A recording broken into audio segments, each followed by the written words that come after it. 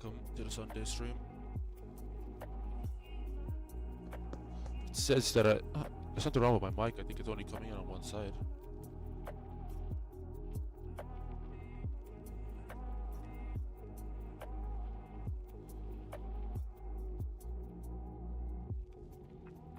That's weird. Hang on. I don't know.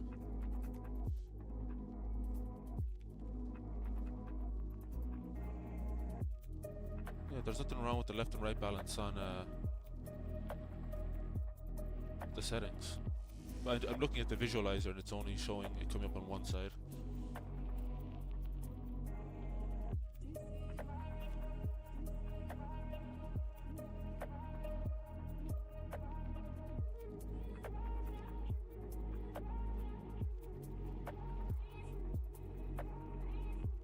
Yeah, it's not set on mono either.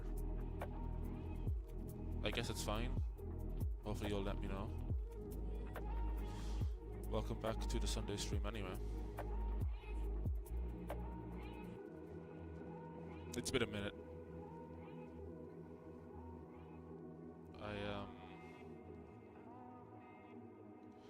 There's definitely some things that I want to get to.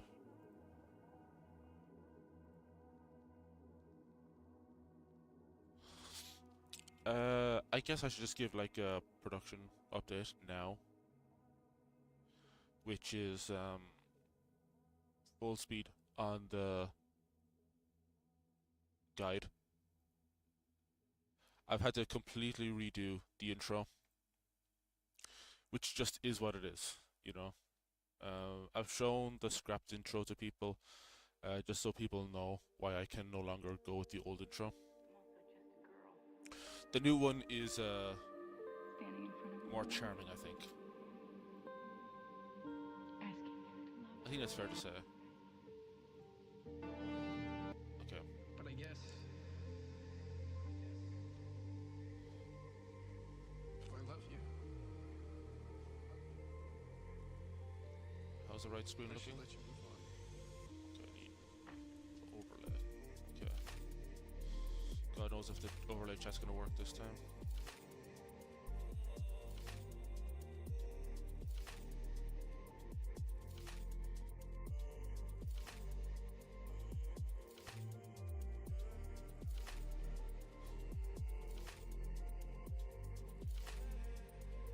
Whew. Hope your weekend's been going well.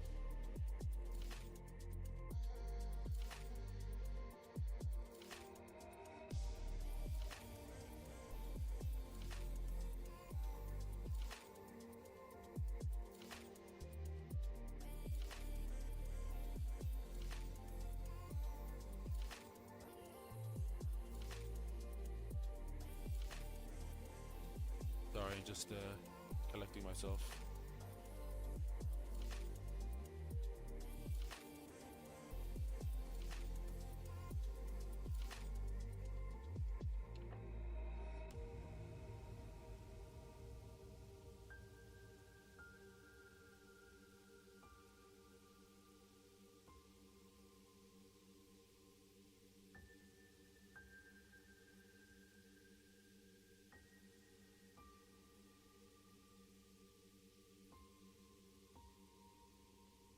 Bit of a late night last night, so.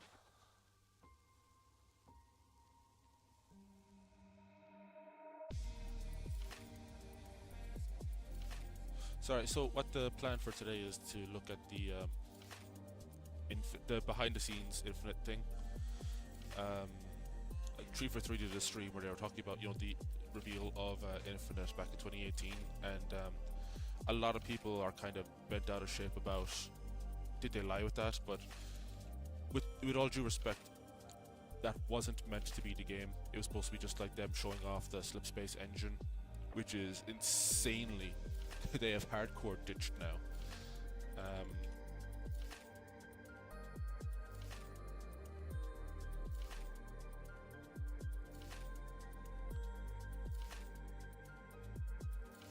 So yeah, I mean, I'm sure you've seen the one what was the other one they did? They did something very similar for Halo 5 Guardians as well.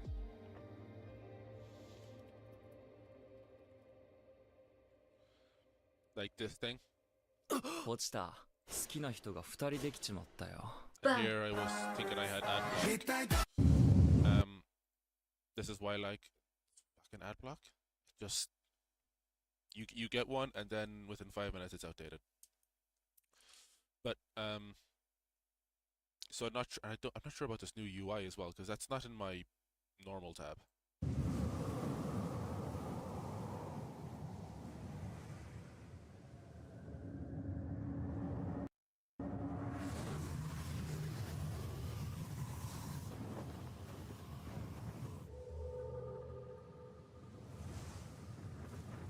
The kind of once you know the title of the video, it kind of takes away the reveal at the end. But when it was first playing, like we had no idea of knowing who was under the cloak. Oh hey, Aegis, how you doing? We're just going over the Halo 5 one, then we're going to get to the Infinites one. Just so because I guess they did do it MCC as well.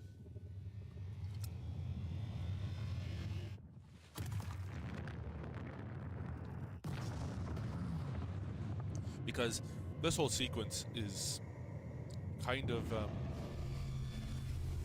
emblematic or whatever of Halo 5, because you have the Guardian there. It's Chief in his Halo 4 attire, and obviously there's a whole like motif about Cortana.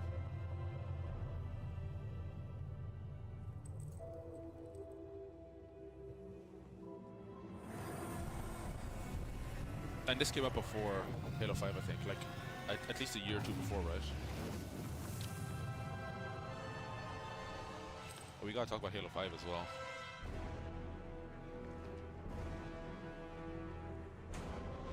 Oh yeah, because the cracked visor's there, yeah.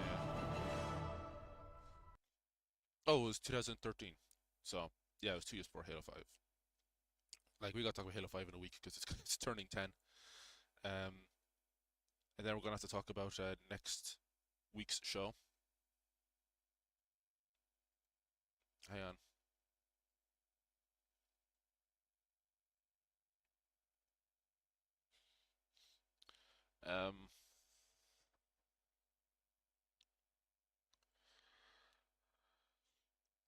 This was early 13, and to be honest, I prefer this Guardian much more.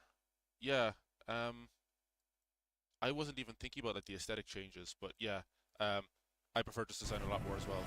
Initially, I was thinking that there's not much differences, but I know that the ones that were in Halo 5 had like this weird kind of grin on their face. This looks more like kind of like a faceless owl kind of thing. Giving Halo 5 the subtitle of Guardians is such a weird choice. Like, if it's supposed to be like a double meaning, like the Guardians of Team Osiris and Blue Team or something? I don't know, but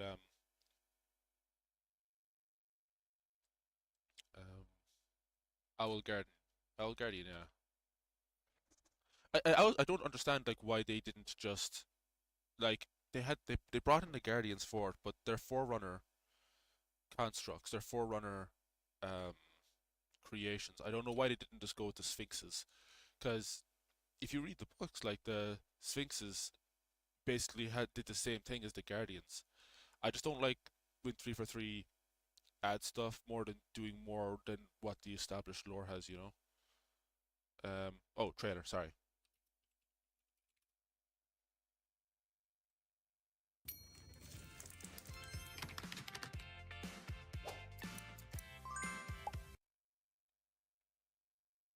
Again, it's like this thing where it's like I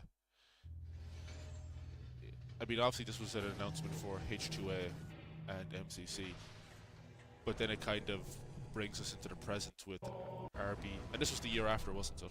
To find him, This is in 2014. you have to forget the stories. Steps.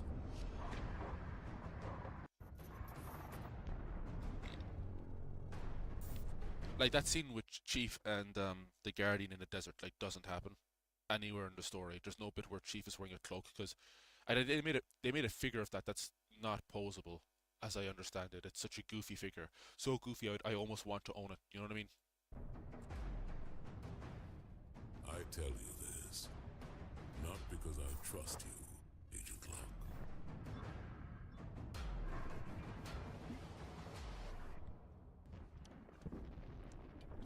But because all our lives are at stake.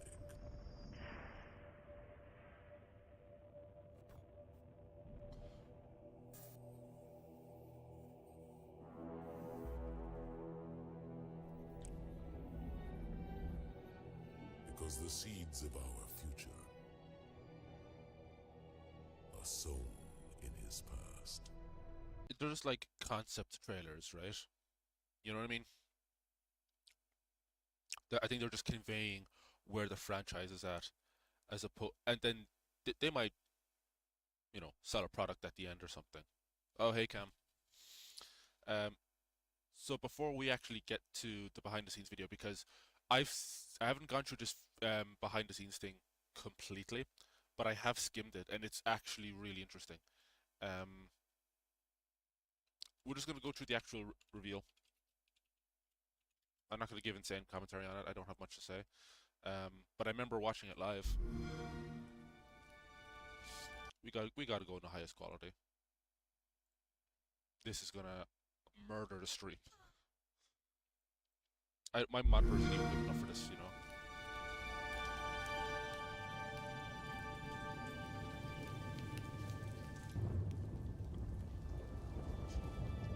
Like, again, it's like the previous, mm, not the exact previous thing we watched, but the first thing in the desert, where we knew this was during Xbox's presentation, and we didn't know what it was until we get the iconic helmet reveal.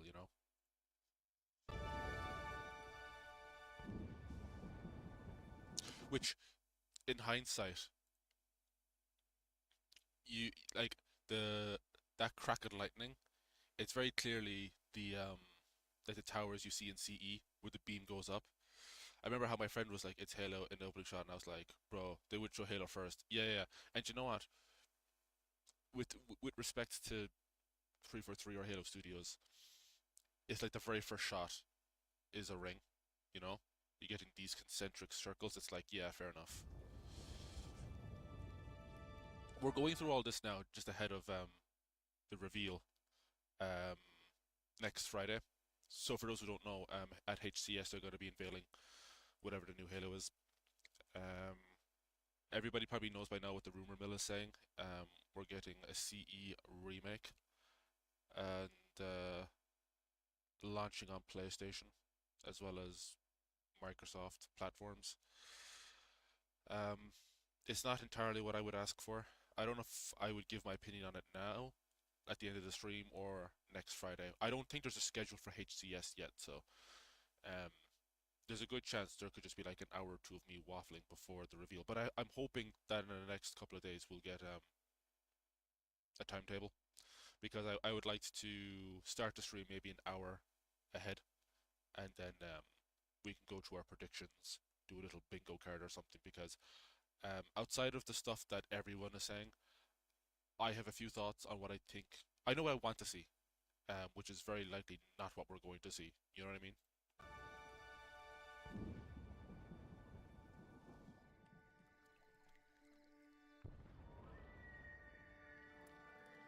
So people, fuck, we'll get to it in the stream, but people got very burnt out about like all this deer and stuff. It's like, oh, why didn't we get this in the finished game?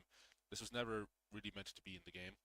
I'm not defending 343 on this. I'm just saying, like, they explain it in the stream we're about to watch, but it's beautiful. I'm we didn't get a whole lot of wildlife in Infinite, and I wish we did. But at the same time, it's like I'm more upset about this environment, like this misty lake at night with this fog. I don't care for a remake. We already have a remaster. Yeah. I'm. I have questions about what the purpose of a remake is.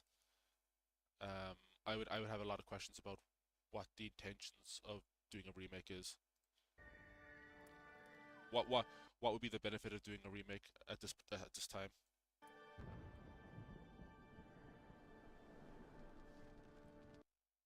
We're gonna go over the commentaries shortly, but I've heard them explain the scenes and like what the not what the writing translates to, but like what the sequence of images mean, and I actually I really vibe with it. Again, like deserts and stuff. Where was this? You know,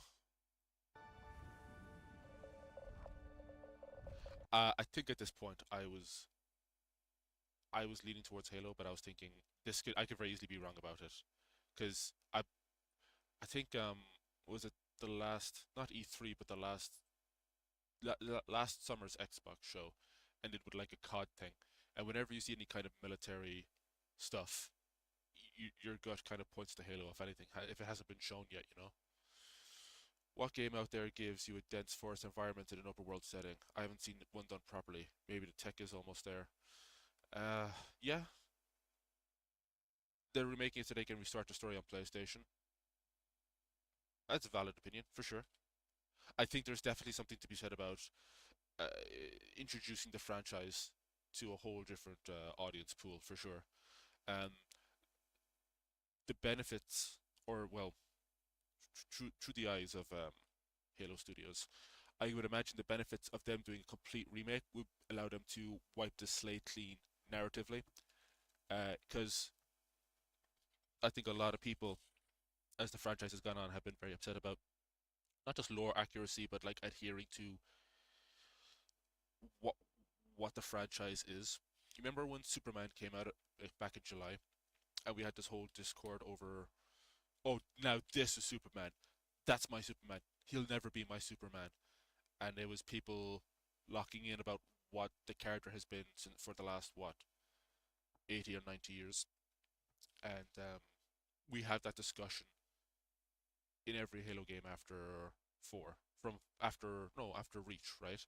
All the 343 games, we've been asking ourselves, like, is this Master Chief? Because Master Chief was very emotional in the last 3, you know? And so I imagine whatever we go into within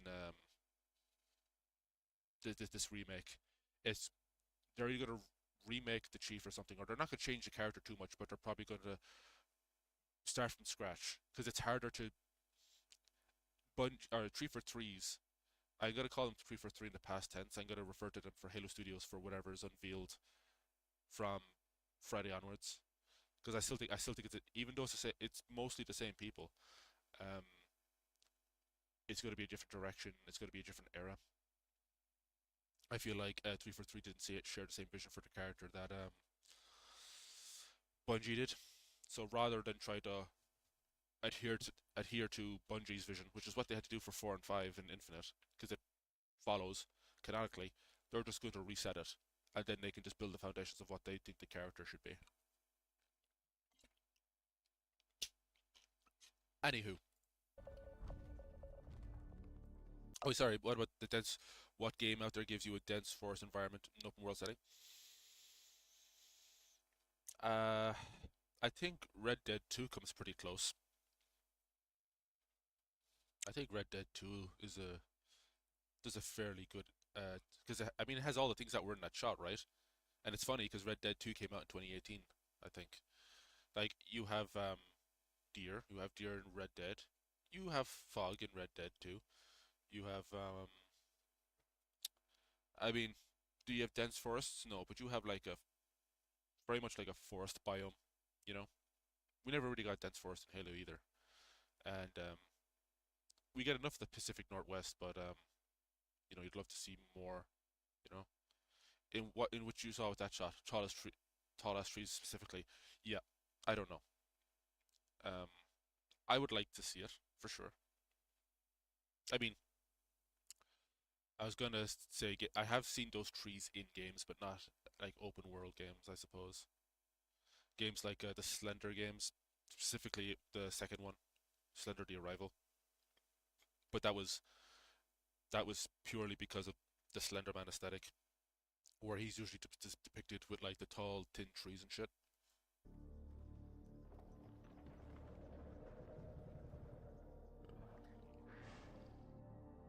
I feel like people wouldn't be as pissed off about the wildlife if we weren't getting all these shots leaning into it. Like you can get the deer shot, that's fine, one or two deer shots. Then you get a close up of the rhinos. See, that was your kind of your cue to know it's Halo again because you get the tower shooting up, and maybe you can. I think you can maybe barely see the ring coming up on the horizon, but there's clouds and stuff.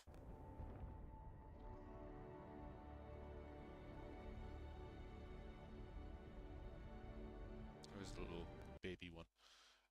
This music here, like I know it goes in a different direction afterwards. Like it's the rise is from I believe that's from like Impend or Unpound or something from the Halo 2 soundtrack.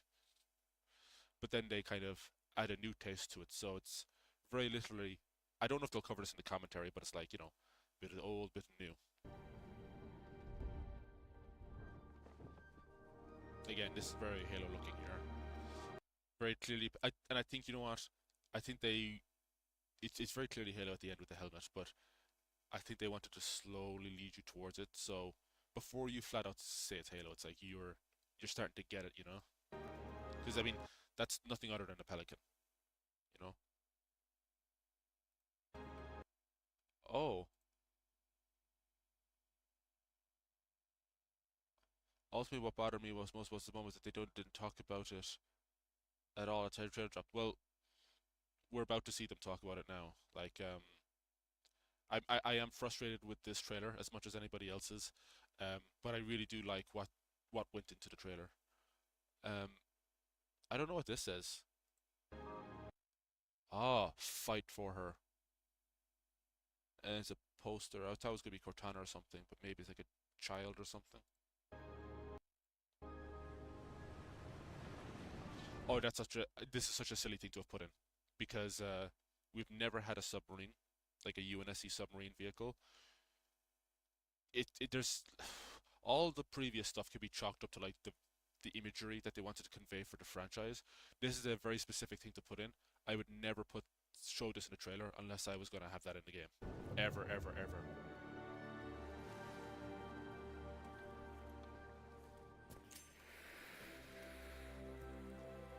I remember watching back when E3 was a thing, the the live reaction to this when people were like someone filmed their reaction from the crowd, and at this point I think people realized when they saw the troops, they were like, oh yeah, this is Halo.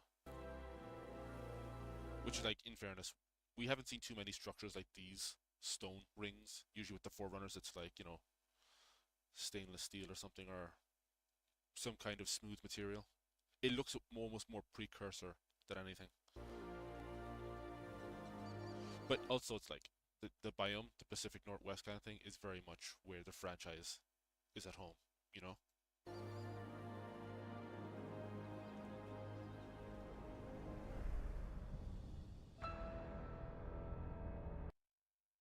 Oh, I don't know if I realized, I don't know if I noticed that the Warthog was in the thing.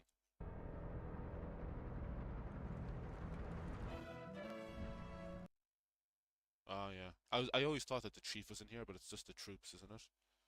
And I don't know who's driving it. Look like underwater Promethean, but we didn't even get Prometheans in the game.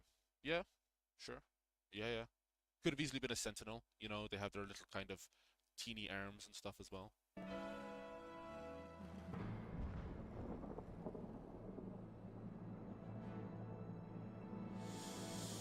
Snow biomes.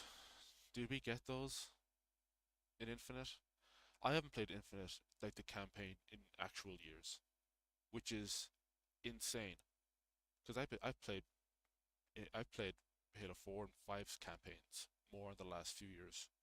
I prefer Infinite to 4 and 5, but like, and I would say that I'm playing the other campaigns because like with mods and stuff, you're playing that every other day. Not every other day, but like maybe once or twice a week. Prometheus with the simplified art direction, very much so. That's why it was kind of jarring in Infinite's map. That's why like it was very particularly interesting when I was playing Infinite. Um, in like the general map, there's like a Promethean, no, not Promethean, a fucking Guardian crashed into the ring off at a distance, and it's, I mean, was it ever confirmed that there was like DLC, narrative DLC planned for the campaign that was never added? Because I I don't like 343's habit of teasing things and never following up on them. We had that post-credit scene that was never added to the game of Chief the Spartan and the weapon, Chief the Spartan, Chief the pilot and the weapon, like Fernando. And there's so much. Pretty sure the campaign only had the one bio, so no snow. Yeah, yeah, yeah. I couldn't remember. And you know what? We could be wrong. There actually could be a little bit of snow there, but you wouldn't remember. The I did a stream like 2 or 3 years ago where I was going through Infinite's campaign, doing all the audio logs. I don't even. I never got that because at the time they didn't have any replay. So for the sections of the game that were like one way, that had like a point of no return, there was no way of getting them. So you'd have to get everything on one run. You could do the replay now, but I think I just don't care about that challenge or that achievement. And maybe we could do an Infinite stream where I just go through the campaign and should talk it. There's so much empty space in the campaign in terms of like just the general map and stuff. It's really sad. It's like the party just left. There was an Aatrox Rain campaign DLC, I believe.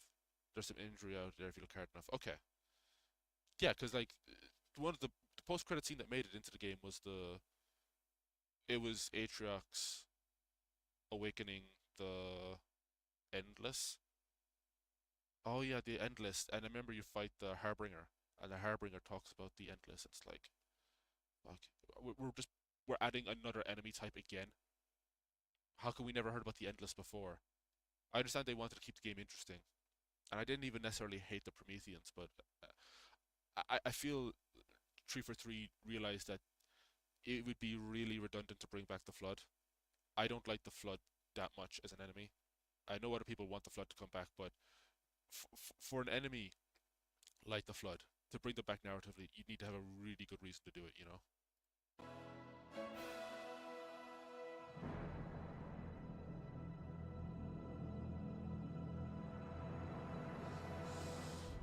I think there was meant to be a camping DLC because they even trademarked the name for it. Ah.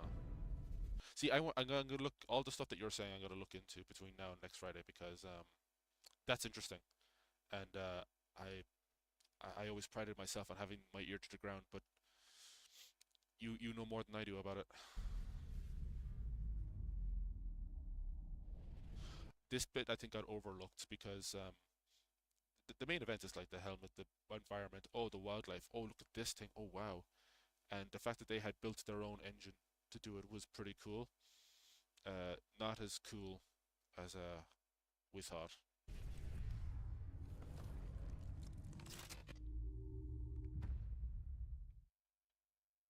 Dumping the Promethean sandbox entirely was a shame. I really like the. You really only like the skewer. I wish you could have gotten Promethean blade weapon. Yeah, it's very disappointing. Um, because even if you didn't like the Prometheans or did like any of the Promethean sandbox stuff, it's very silly to just actually pretend like they just never existed. Because this is all supposed to be like we have a guardian in the distance. Is that the only cue we're getting from Halo 5? Really? All right, let's get to the commentary. It's not long. It's only like an hour. Bro, the Phaeton was a blast and ripped the Mantis. Yeah, I I had feelings about bringing mechs into Halo because it's like that is like a very popular sci-fi thing. You have them in Avatar. You basically have them in Star Wars and stuff, and it's like so I've seen Halo fan art of like COD style stuff where it's like in COD you can have like dogs and stuff or whatever or companions, and people say, well, why don't they have dogs or companions in Halo? And it would feel really redundant, I feel, I feel like it's not the kind of companion you should have. It makes more sense to have like a Cortana, in my opinion. And I mean, the mechs were really good in Halo Wars, and Halo Wars doesn't rest on the laurels of the established canon as much as the mainline games do. Because if you see a Mantis in Halo 4, you'd be like, oh, well, where was the Mantis in the previous games, you know? Um, but then they could just been innovated in the time that Chief was asleep. You wanted the Flood in this game specifically because Zeta Halo was very Flood-centric place to go to lore, so it was kind of weird they never appeared. I think 343 was a spooked about going back to something that had already been done. You know, um, Infinite was already insanely calling back to old school Halo, and even though I don't like the direction they took 4 and 5 or whatever, um, I think it comes across as kind of weak um, to panic and just go back to what people know. It seems that you're very partial to you know, people's criticism. It was a great shake-up for the vehicle sandbox. I'm glad they went for it. Yeah, I would never say that the Mantis was a bad idea. You know. Also, it's like we had Scarabs, right? But I'm more interested in a Covenant's interpretation of a mech than a human one. You know. Like my favorite vehicle in the whole franchise is the elephant and the mammoth. You know. I love huge like personnel carrier kind of things. I think those are really cool. I think I and in 343's defense, I think they actually only put together the potential of that with Halo 4. I don't know if there was ever a planned mission on like an elephant or something. I guess they kind of did it with Halo 2 with the Scarab level at the end of Metropolis or whatever, or outskirts. But the idea of like going through the level on a mammoth is such a cool idea, and it was very bizarre to me at the end of that level. I don't remember the name of the level in Halo 4 that had the mammoth, but you just it's the mission for me just stops the moment you have to get out and walk the rest of the way and go up like that sniper's alley and stuff. Like there's a literal roadblock there, and to me it's like the level just stopped. That mission is so fun. I know it's like a shooting gallery mission like a lot of Halo 2 stuff, but God, it was such a fun map. Reclaimer, yeah. Like whenever I'm replaying that, whenever I'm playing Reclaimer, and I get to the bit where the mammoth stops, I just fucking quit to the menu and I play something else. You know? Have special guest Chris Lee. We're going to play some Halo 5 Holiday Fiesta and kind of have a good time with that. But today, I think Dan's got enough great content here that we think you'd be interested in seeing. So we're not gonna play the game today. We're just gonna walk through. It looks to be 114 slides on Dan's laptop with a couple videos thrown in. So I think the first thing we should do before we talk about how we made the trailer was kind of just a palate cleanse and a refresher. Let's just watch the trailer as we saw it in June, just in its raw form. Sure. Without talking. And then Oh, okay. So they're just gonna watch it. So we've already done that. Just one more time. I see a lot of people in chat probably joining us late. Thanks. Good to have. Man, if you ever see the chats for the live streams, it's so. I was gonna say it's funny, but it's like I sketch.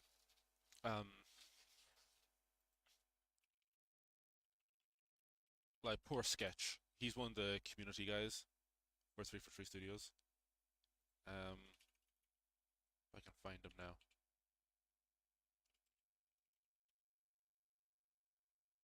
Brian Gerard, yeah. Like this is before. It's not nice, but like, um,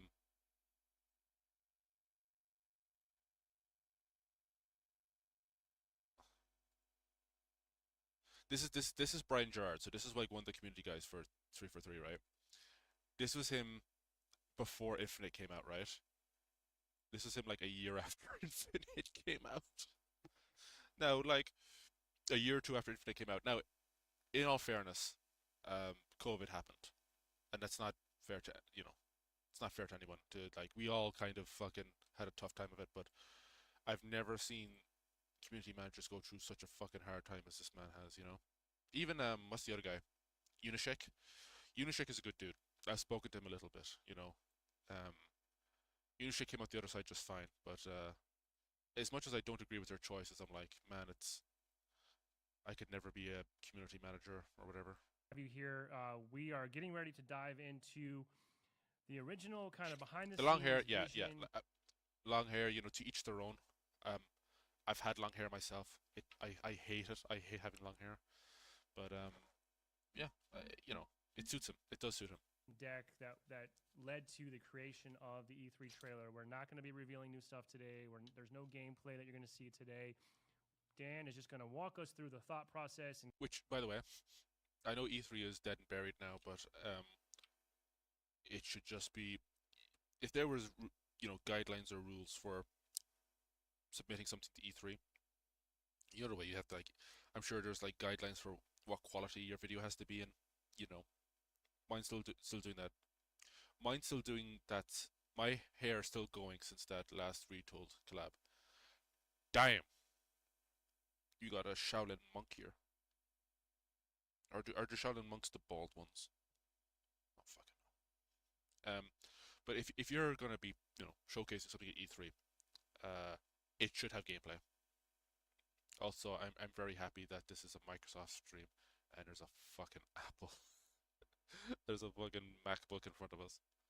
kind of all the nuts and bolts behind the scenes that came together to deliver the trailer that we just saw. So if we're all on the same page, which I hope we are, Dan, I'm going to turn it over to you.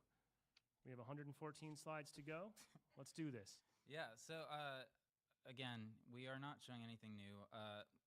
The next thing that we will see right after this slide is a breakdown of the trailer. It's basically from start to finish, the trailer in different points through the development of the trailer. And I'm going to go through kind of what we were thinking before anything was even made, kind of how we reevaluated what we wanted to do in our first kind of steps, showing anything related to Infinite.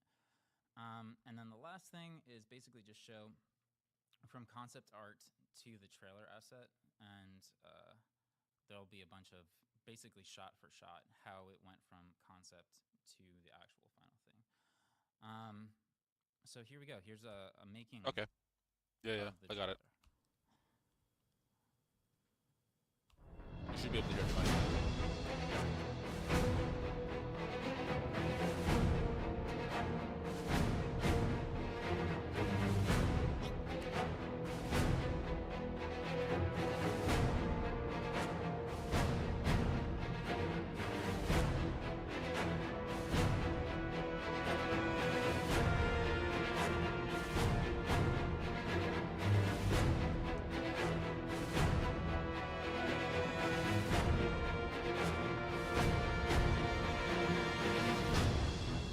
Oh, I didn't realize it was a warhammer. I think Cam is right that it was like a 400 like that.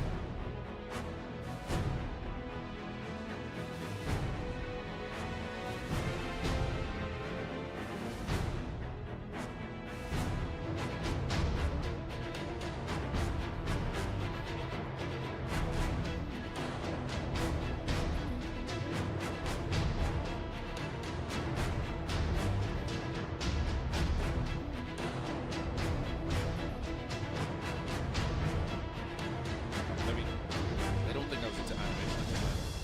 I am now, so now it's really interesting to see this kind of stuff.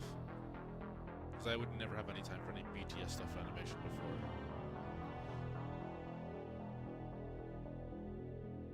All right, cool. Love that video.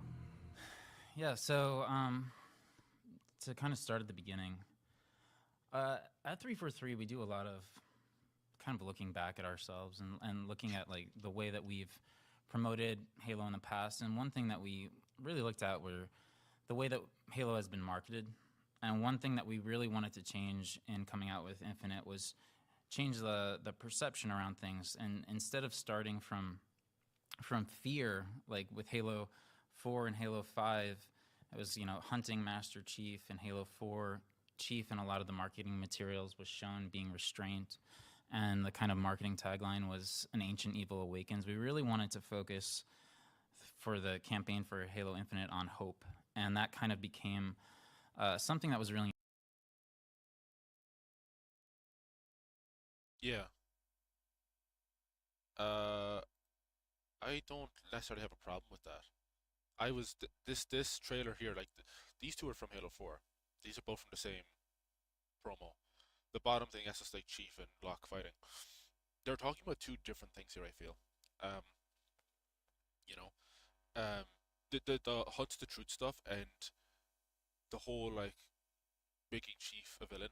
Obviously, you would find out through Hunt the Truth that it was just like a propaganda thing to weaponize people against the Chief for deserting the UNSC and stuff. And if, in fairness, if this actually happened, if Master Chief was a real person and he went AWOL and stuff, you probably would have the UNSC, or at least Oni, trying to turn people against them. You would probably have like conspiracy theorists saying like, well, no, the Chief is actually trying to save humanity or something. You know what I mean? This but I do think that was a fumble. I think if you were going to you could do the Hunt the Truth thing and pull it off well, but it's like I mean this with all love and compassion for 343, but they aren't quite there as storytellers to do it. You know, Halo story isn't insanely complicated or insanely convoluted. It's fairly straightforward, and by throwing like additional layers onto it, you're kind of confusing what the spirit of the franchise, I think, is. Halo 4 is pretty simple. An ancient evil awakens. You know, the idea of the bad guy being a forerunner, that was a good way of pulling people in. Before we knew Halo 4 was going to be, you know, what it was, the idea of like there being one forerunner left, like that was such a cool through line, or not through line, but like a basis to start off, because you play Combat Evolved thinking you are the last Spartan, and now you're going to face off against the last forerunner. Or you would have if we had a boss fight with the Didact, which we didn't. You know, but I understand wanting to come away from fear and restraint. Showing like there aren't many scenes where Chief is restrained. I guess when the Didact awakens and toward the end where Cortana saves the day. But I'm not against this. I'm not against this. But I understand again why they moved away from that. from fear, like with Halo. People talk about toxic positivity a lot. I don't think 343 or Halo Studios has that problem, but I do think there's like a unfocused positivity. We're just saying hope and making it like there was a lot of that in the marketing in the lead up to Infinite's release. There's a lot of hope, believe, and stuff, and that's fine. But maybe we'll talk about it when we get to the end of this video. There's a trailer for first the first season of Infinite's multiplayer that is nice, but I think misses a lot of important beats of what Halo should be, or at least what it has been.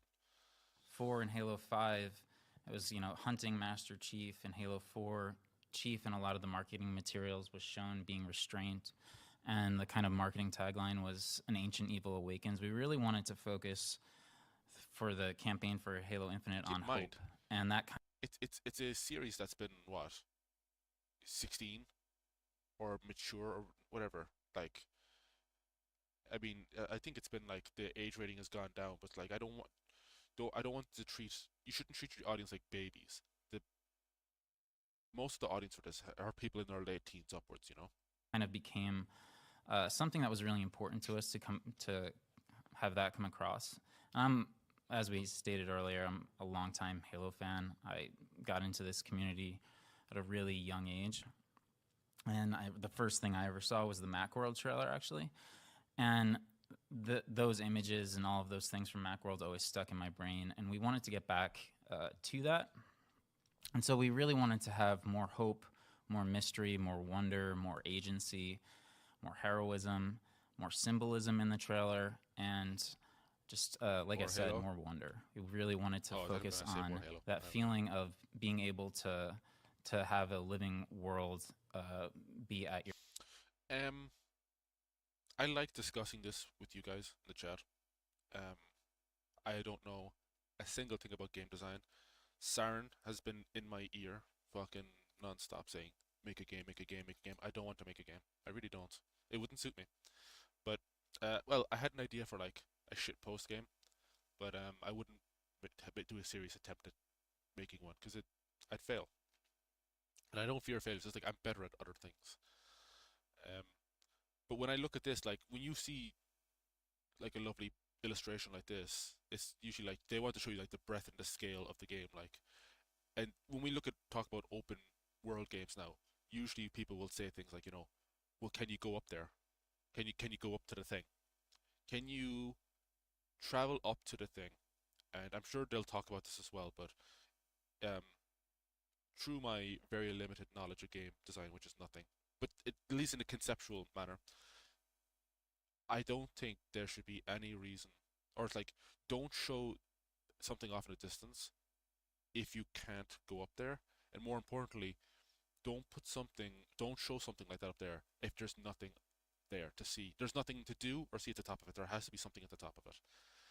And that doesn't have to be like an objective or something, but just give me a reason to go up there.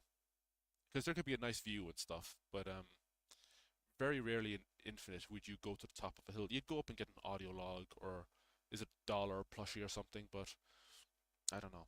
Give me something cool to do up there, When you went up to the top of a hill in Red Dead 2, if there was nothing up there, like if there was no is it the trading cards or the cigarette cards or something, or the bubblegum cards, if there was nothing on top of a hill, at the very least you would have just a wonderful view. You'd have the sun set in a certain way, so landscapes with no skybox. Lamau. Yeah. You'd have beautiful views and stuff in Red Dead 2. I don't want to talk about Red Dead 2 too much, but like, fuck. You'd go up to the top of a mountain in Infinite, and all you get would be like, oh, an audio log. And then it's like, well, the view wouldn't be anything to write home about. There's no weather in Infinite. It's one biome.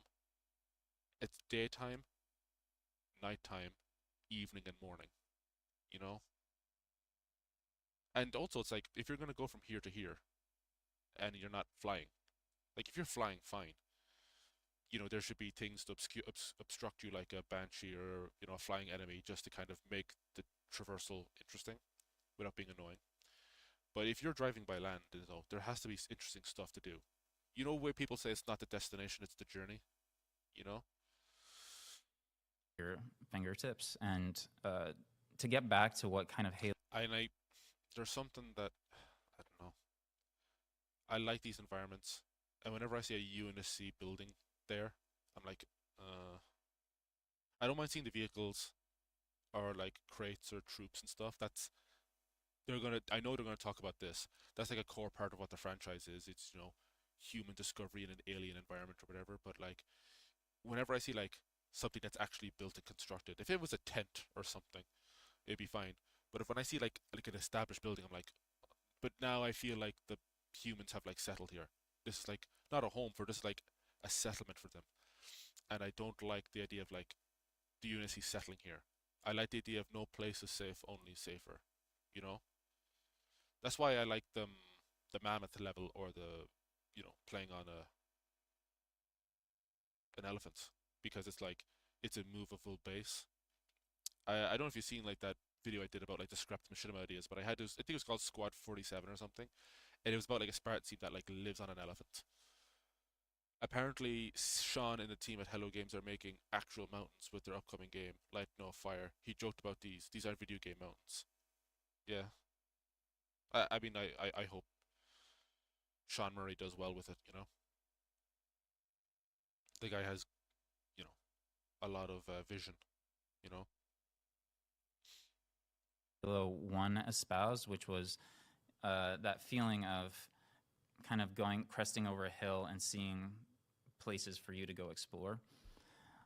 So our next steps became, how do we turn fear to hope? How do we create a sense of rhythm in the trailer so that as you're watching it, you can start to seed things that later get paid off as the trailer progresses throughout the minutes and seconds? How do we connect to our legacy? We're an almost 20-year-old franchise at this point. We can't neglect that. How do we build a sense of mystery in it? And how do we include Master Chief? Because we knew that we would have to. And we wanted to do that in a special way. Super hot take. But I would love to know how we could continue the franchise without Master Chief. Did it for Reach. Did it for ODST. Steve Downes isn't getting any younger. I'm not saying fire Steve Downes. I'm not saying fire Jen Taylor. I'm just saying like if the franchise is just the same two characters, then what do we do? What are we doing? There's far better people than me have suggested ideas about other characters or other stories to tell in the universe. You know, Spartan Jerome, Halo Wars. Yep. Like, but like I like Spartan Jerome, good character. But the problem is like his armor isn't unlike Chief's. You know, um,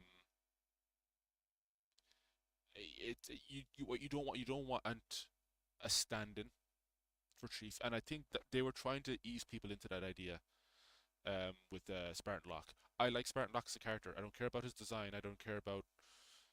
He was a good character, and they didn't make him like a Gary Stu either. Do you know?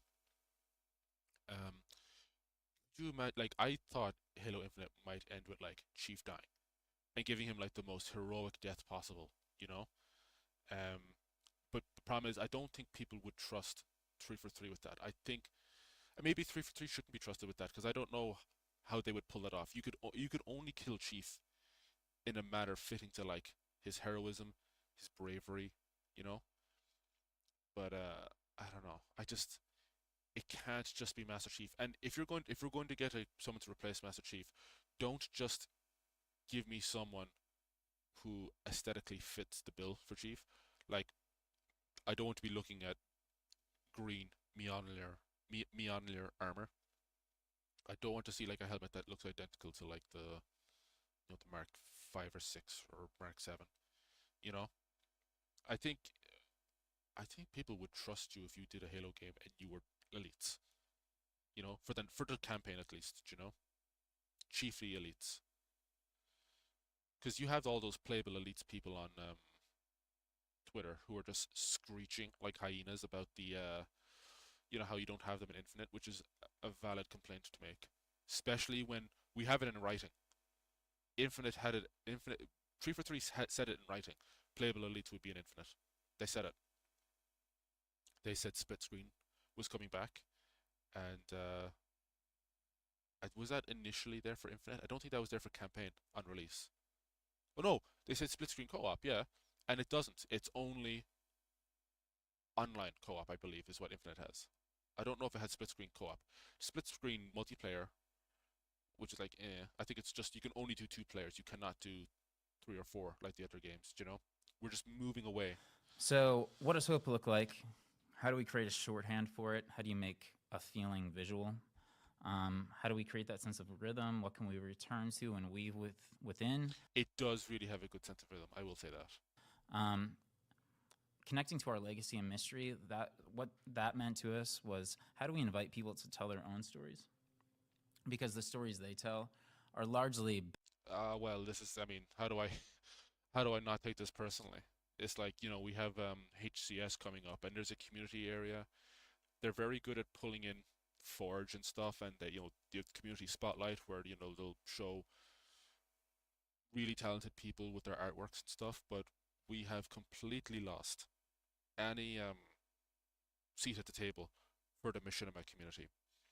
And I say this knowing that even if we had it, I would not be included because my stuff is far too racy to ever be batted at or to ever be given airtime. I understand this, but I want it for people better than me. I think there's a lot of up and coming machinima creators who just don't have a fucking platform, and it's particularly frustrating when you will see a trailer for a new operation or event in Infinite and see like a really choppily made red versus blue parody. You know what I mean? ODC was a good side game. They should continue the games that they wanted. No need Chief for them. Yeah. But like even if you consider ODC a side game, it plays like a mainline game, People would probably even go further than that. People would probably actively disagree that ODST is a side game, you know? It feels like it's very much part of the main saga, and that's important. It's not a particularly long game, but It's a game that definitely stands the test of time. The only thing I wish that ODST had was multiplayer, like PvP. Like all of it's just campaign and firefight, isn't it? Um, I would love to have like ODST deathmatch. Better than any story that we can create because And they're the personal. weird thing is, I don't think anyone has modded that yet either. It wouldn't take much modding to do, you know. On their own. And so our North Star became that we wanted to leave the audience believing that this is a place I want to live in, explore, and fight for. And then I asked myself, how did Halo kind of Combat Evolve do that? And I created this video because, again, I say for people that are coming into the chat now, like, one thing that I stated was we largely have to sell these ideas. Wait, do you remember the second Infinite trailer where it's basically like the first cutscene where Fernando finds Chief in space? That had a much stronger kind of pillar of hope in it because you had him literally rebooting the franchise by connecting the two wires. Chief's suit boots up, and you could hear it in the live reactions. The moment the shield noise came back, it reinvigorated a lot of the fans. You know, people felt really energized for the franchise for the first time in a long time. This trailer, the Believe trailer, the one that they're talking about right now, didn't necessarily do that, but it did strike a sense of awe and wonder about the franchise. And when they talk about mystery, I think they talk about exploration as well. That trailer absolutely nailed those. But I understand belief and hope are different things for different people. But when people say I want to, what was the thing they just said? I want this place to. This is a place I want to live in, explore, and fight for. And I'm sure they say this later on, but it's like I want to believe in Halo again. I don't want to believe in the franchise again. Both you guys, both Cam and Aegis said like, you know, maybe it's time to move past Master Chief. I think I read an article just before I went live saying that because there was talks about, I think was it Walmart or was it Target? I think it's Target is no longer selling Xboxes or something. And the word on the street was that Xbox or Microsoft won't be doing any more consoles. And one of their marketing people said that they will be making more consoles. They're hard at work on the follow-up to the Series X and Series X and S, which fatigues me. Sometimes I feel like console generations come out too quickly. I'm also don't like to be reminded of how quickly the years go by. Like, you know, 7 years will go by in the blink of an eye and you're like, fuck, what did I do? You much prefer the hologram in a second trailer compared to the actual game? Yeah, the hologram was so much better in the trailer. The one of Fernando's wife or kid or something. Yeah. And then I asked myself, But it's like we also know by now. It's like when it comes because the that was E3 2019, I believe, the one with the in the Pelican. Those trailers are always going to be better because they're just putting. It's like a vertical slice or something where it's like they're just putting everything into that trailer, and even though it's an engine, it's like it's not trying to hoist the rest of the game up. Oh hey Celtic, you loved ODST and asked them how they added in the multiplayer disc. That multiplayer disc never worked in my Xbox 360, and it still makes me mad to this day. But just so you know, like how awesome it is awesome that they did that. Yeah. Here's the messed up thing for me. People talk about how Halo games were received when they came out. Like I don't remember. I was like what 7 or something when CE came out, so I don't remember people ranting. I just remember falling in love. I remember the entire gaming industry coming to a halt when Halo 2 came out. And you look at the footage of Halo 3 coming out, Times Square closed, you know, or at least they were selling it in the Toys R Us. Reach. I was at the midnight release of Reach here. It was a big enough deal. Midnight releases were a nice way of like meeting fans and stuff, you know. Halo 4's release was probably the last big release that they did. I was in New York 2 years ago. 2 years ago? 10 years ago. I was in New York 10 years ago for the first time. It was my first time in the US. And I remember hanging around Times Square in early September before I flew home, and all of the Toys R Us store in Times Square was decked out in Halo 5 stuff.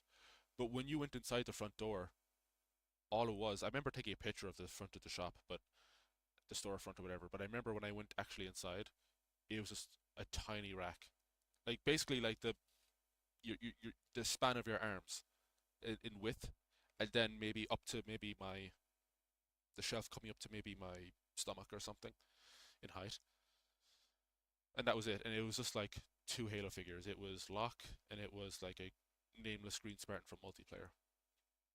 And I think that's probably a good way of describing how the franchise has maybe been handled, where it's like the outside of the store, very big, very grandiose, very fantastical, and then when you get inside the store, it's like, oh, there's really not much here, is there?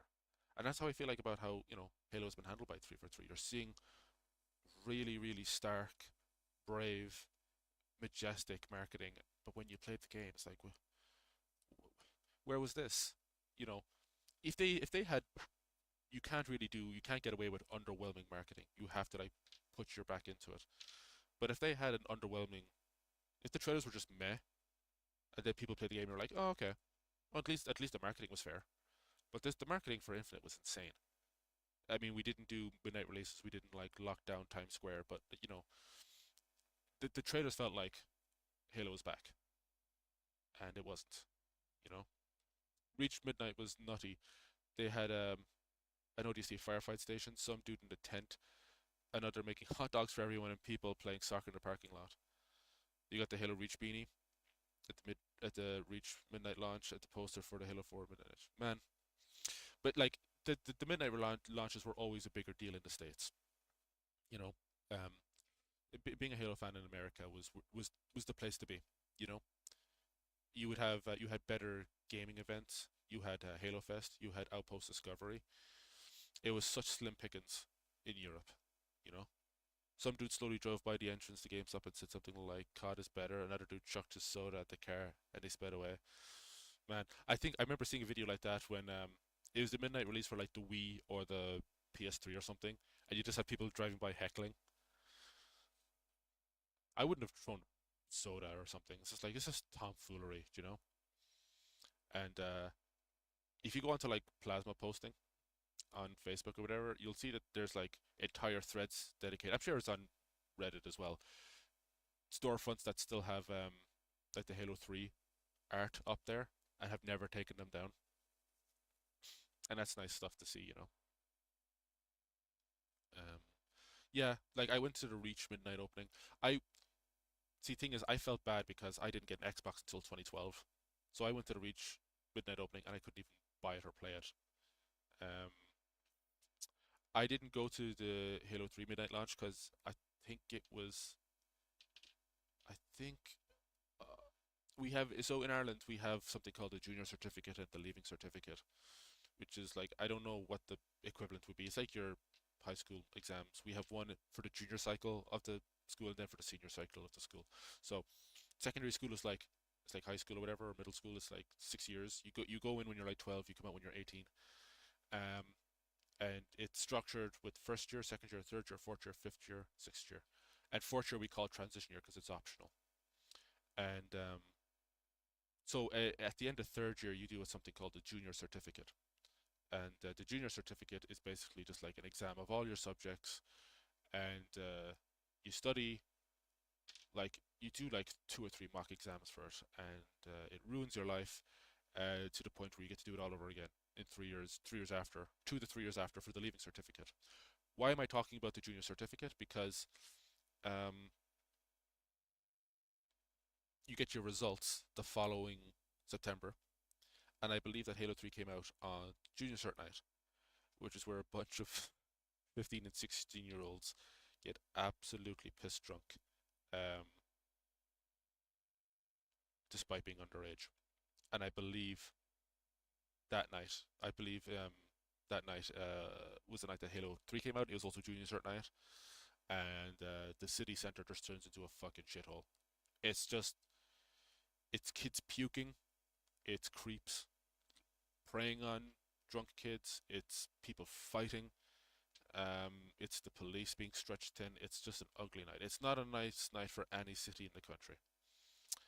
And if you were there queuing up for Halo 3, I believe it was like a Wednesday or something. It's like you'd also have to deal with all the fucking young people inebriated. It's just I didn't want to, but I was listening to like the radio because they were doing radio coverage of it, and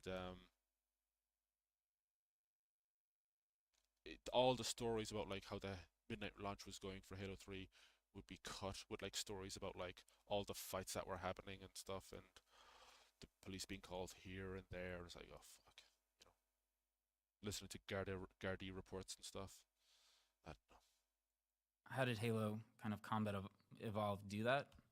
And I created this video because, again, I say for people that are coming into the chat now, like one thing that I stated was we largely have to sell these ideas not just to executives but just to the team, because Yeah. these trailers and things like that are made by a significant amount of people. And so There's a discussion to be had about executives, right? So if you can connect it back to something that was in the past, something familiar, you largely can get buy off on ideas a lot quicker. And so in Halo 1, Say that I again? created this video that was in the past, something familiar. You largely can get buy off on ideas a lot quicker. So if you use something familiar, you can sell an idea a lot quicker. Okay. I mean, if I felt like the through line for Infinite, it was just like show us old things. And so in Halo 1, I created this video that basically shows some of the ideas that I wanted to espouse in the trailer, which is that when you're walking around in Halo 1, you can look down at the world, and the world goes on, and it feels like the space you're in, even though it's a corridor or feels somewhat cramped, when you look out onto the space, it feels like it goes on forever. So the space has this sense of expanse. I would say like breadth and scale, but like I'm being pedantic here. And even though you're kind of in this tight area, it feels much larger than it actually is. And so we wanted to get back to that idea in the trailer, ideally. So we created kind of these principles that we would refer to with the team. The first one was that the world is larger than the frame. The other thing that I'll say here is that any of this art that you're seeing is not actual concept art for Halo Infinite. This is just some renders that I did. So I just don't want that to get twisted. Again, this is not concept art. The second belief was that we wanted to empower the audience to create their own stories, because the stories that the community creates, like I said earlier, is better than anything we can make. Like, we want people to speculate on this stuff. We want people to talk about it. We want people to get excited. I would be careful with saying that phrase, because I don't think the fans would say the same thing, but it means something entirely different with it. About it, because we're excited about it. And then the third one is, this was actually one, so Chris Lee had this mandate that he wanted, which was that every week he wanted an email that basically stated, this is the progress on the trailer, these are the things that are coming up, and this is kind of what's happened in the last couple days. And so every time that I would send one of these emails, they were kind of like these nicely formatted emails, and one of them would always, at the end of it, we would always say, make the composition a place you want to get lost in, and make the world a place you want to go. And I think that concept is really important for Halo. I'm just thinking about what that means, because there's a lot of, did I say unfocused positivity, vague positivity? Because we were talking about open world games earlier, and I mean, if I talk about Red Dead one more time, because Red Dead has a lot of vacant space. There's a lot of places in like the wilderness where there's nothing, maybe nothing to do there. There's nothing to see there. There might not be a lot of wildlife, but it'll look pretty. It'll at least be densely populated with foliage, or I don't know, something cool to look at. Another open world game is like Cyberpunk.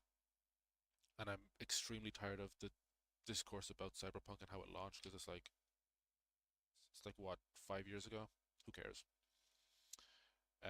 But Cyberpunk, until you leave the city, there's not like a corner of that game that is like that feels vacant or like not populated.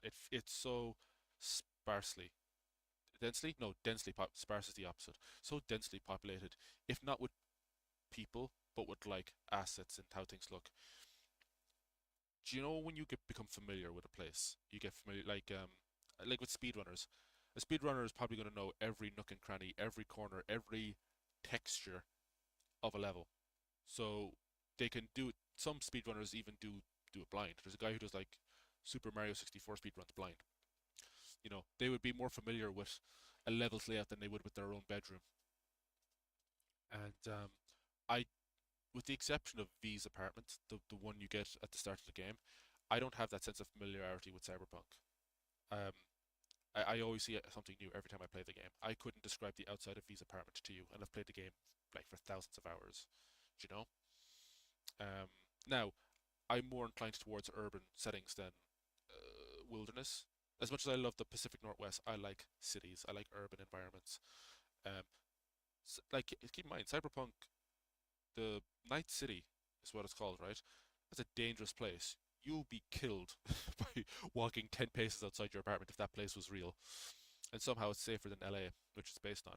But like Los Angeles, I want to go to Cyberpunk.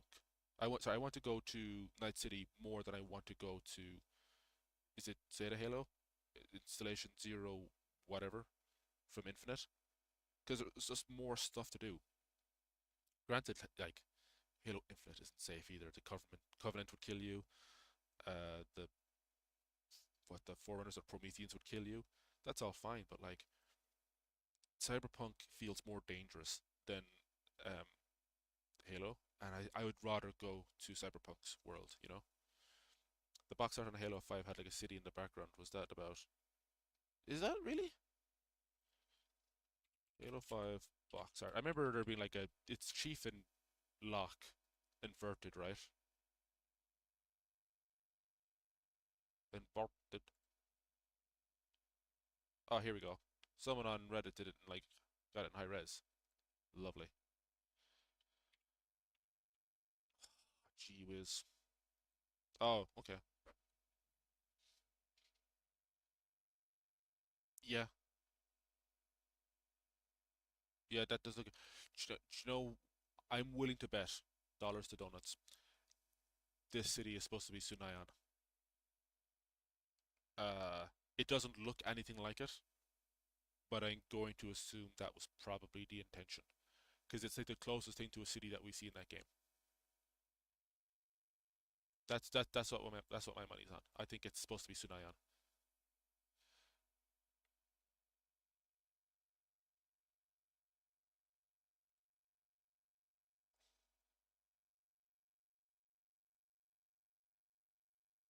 Because when I That's like I think they did a decent job with Sunayan because they don't want it to look like a four. Because when it's the same team making the same game, you can imagine that like everything kind of looks kind of samey, and the last thing you'd want to do is to have Sunayan look like something that would belong more on one of the rings, something that looks Forerunner. Um, but again, 343 had their own art style apart from Bungie. I think they leaned into their own art style for Sinayan, and I actually appreciate that because the problem is even the UNSC stuff they make, like the buildings and stuff, don't look anything like the UNSC buildings in CE 2, 3, and Reach or ODST. Oh, they're looking at each other. Oh, sorry, sorry, sorry. I know the one you're talking about.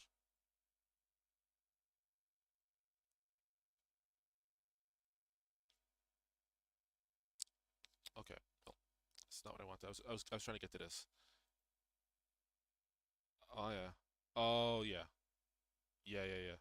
This looks nothing like Sinayan. This is very human looking, and it should be. Like there's buildings on fire, there's banshees flying, flags and stuff. Oh yeah, yeah, yeah, yeah, yeah. I mean, this is clearly. I think believe that's Sunayan there, behind them, and definitely Sunayan there. But in the middle, yeah, this is definitely like a human city.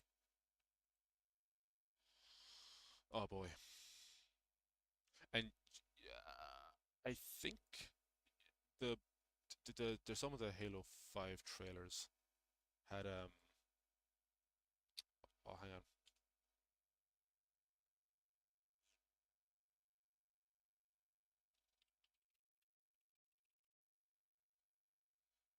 Um yeah. It reminds me of the city in this ad, if you remember this. In all my years of command, I've never seen a more determined soldier than the Master Chief. Yeah, it feels like it was made in the same like vein as this. It's just so sad. I love the live action trailers. I love them. I love them. I love them. I love them. I love them. But and this is, I think this is cool. I think this TV commercial is cool. I just wish it went for a good Halo game. Yeah, it's more detailed than you thought. Yeah, me too. You know his service record was unimpeachable.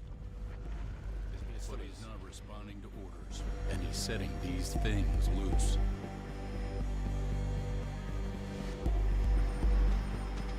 See, guys, I know the whole hunt the truth thing was going on, but what they should have done is like almost made an ad that was objectively in the correct, like aware of the fact that Chief was doing the right thing, like he hasn't gone bad, and then like doctor it, put like glitches or like put some kind of like doctory in there, like someone has edited the video to make him look like a bad guy. That way people will know there's some spin going on.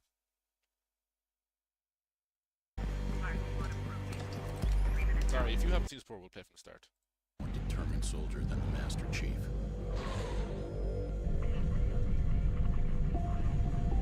You know his service record was unimpeachable. But he's not responding to orders, and he's setting these things loose.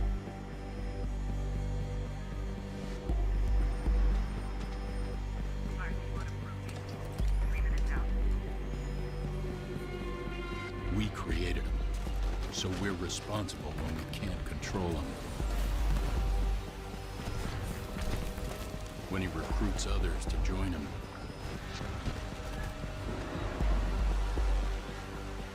the only thing worse than losing a hero is watching him turn against us.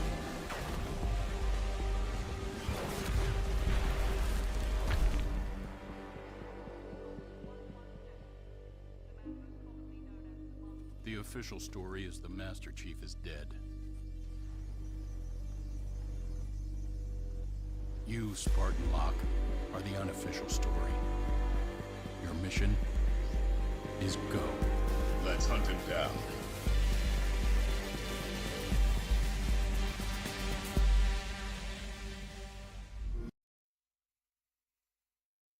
I don't like the lighting up the visor. I think the visor should always like. I don't like the fact that the visor kind of has an on and off thing. I appreciate the lights though. Maybe I don't know. If we wrap up like this analysis video early, maybe we'll spend the rest of the stream looking at like the live action TV spots and stuff. Because it's interesting to see how they changed over the years. The way this ends, I'm like, oh, you've really taken the franchise in a wrong direction here. Because do you remember I was talking about the thing earlier? We were talking about fear with like the didactic stuff. Like they wanted to get away from fear and restraint. I was fine with that. I liked the idea of like, as a player, being excited to fight this ancient evil. Like, how am I going to be equipped for this? I have no idea like what to expect. I don't know what. Like, but before the game came out, I was like, we didn't know what the didactic looked like, you know, and I was excited to fight this person, to take on this ancient evil. This trailer is trying to get you pumped to hunt down the Master Chief. It's using intense music. It's showing you a debatably badass looking character with a cool voice, and you're playing like this intense music to get me like pumped to hunt down the Master Chief. Dude, it's my childhood hero. Why? It's a really harmful message to put out about your franchise. And I don't know where the sentiment came that players would be okay with this, or that players would engage with this kind of story. Do you know? Um, like people were mad about Cortana going evil in Halo 5. I argued about this for a long time. it wasn't until I listened to the developer commentary for CE that I realized that was actually a scrapped idea that they had for CE that they didn't follow through on. That Cortana goes evil. Um, I think people had less problem with Cortana going evil because like it was a Bungie idea and it didn't particularly um it didn't harm Chief's character and how he was portrayed. Um, I'm not saying Master Chief has to be perfect, but um, he can't be anything other than a symbol of heroism. I would never touch that. And if you're going to like twist people's perception of them, you have to be really careful with it.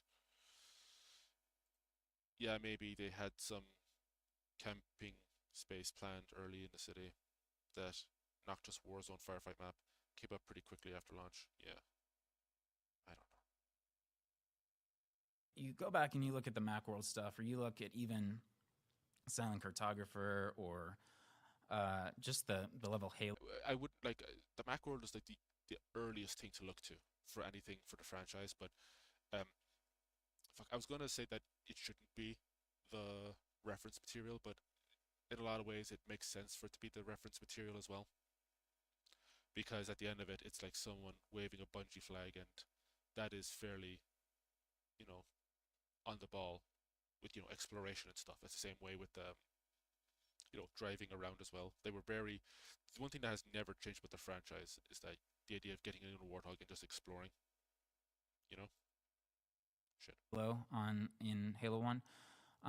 It has that sense of like it's this bright, cheerful place, but you get to shoot things and ride around, and it's kind of fulfilling all of these. Well, the composition, like it's almost like you. The reason I like the game is because it's like when you were, at least in the outdoor levels, it's like you were driving through a painting.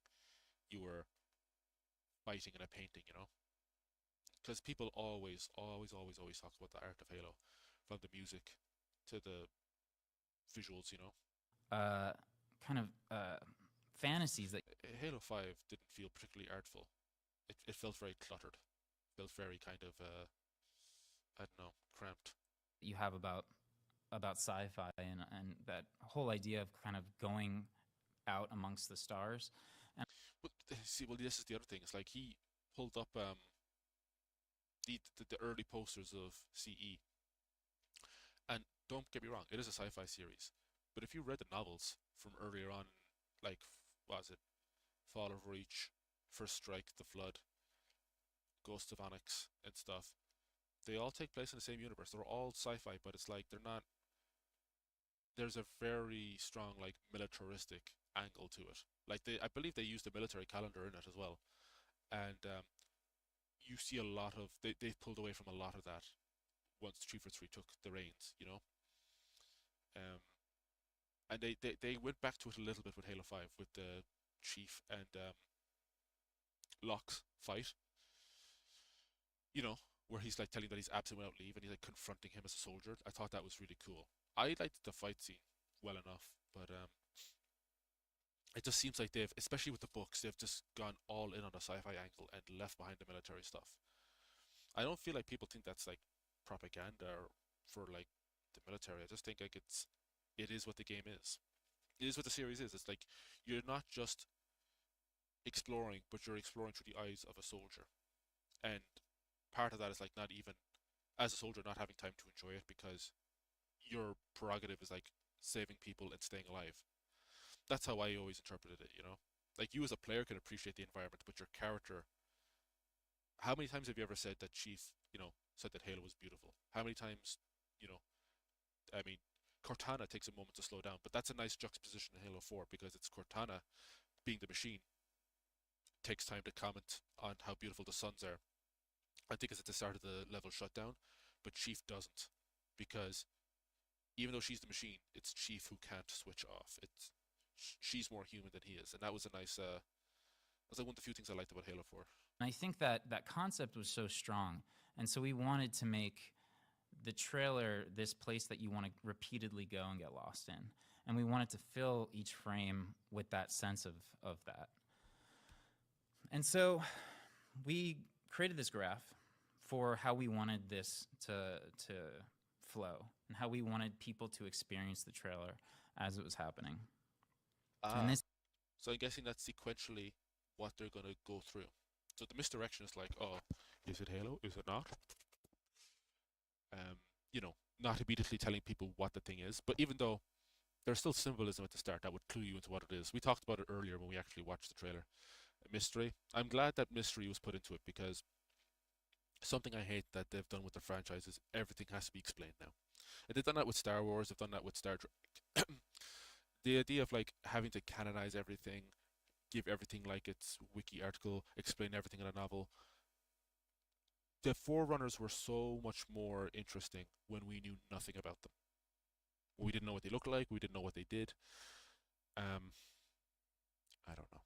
And how we wanted people to experience the But trailer. the hints, yeah, I see where they're going with this. This is probably like the order in which stuff is communicated through the trailer. I like this stuff. As it was happening. And this is 100% real. This was what we had. It's because it's not going to be believed. Like, that's the reason I'm like stating this. This was the experiential escalation we wanted people to have. We wanted people to be like, I don't know what this is. Oh, wow. This is cool. Okay. Wow. This is beautiful. I think this is Halo. And then this is Halo. I'm excited. And so we kind of mapped this out in like February. This was a while ago, how we wanted it to feel as people were kind of watching it. And then here were some of the results after E3.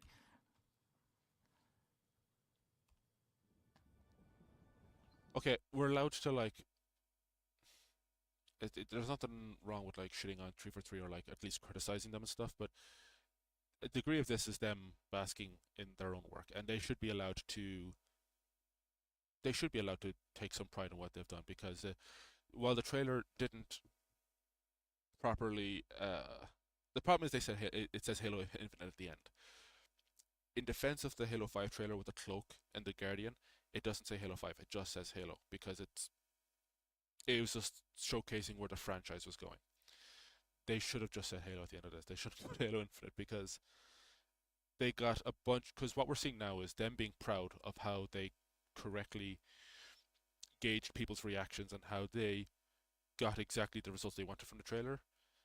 But now this is so much more starkly contrasted with how much Infinite did not deliver on. So as happy as they are with this, you know, the response to Infinite are pretty clear. What is this? In fairness, there's not too many people that react to my content. Like Flick, I think he's reacted to the last Chewies. He said he'll react to the Prom Night Disaster. I hope he does. He's reacting to some of the retolds, but that's like not my videos so much as they are our videos. But I hated reaction videos a few years ago, and I understand that what I'm doing now with my live streams are basically that, but they're like supplementary material. I would never make reactions like my bread and butter.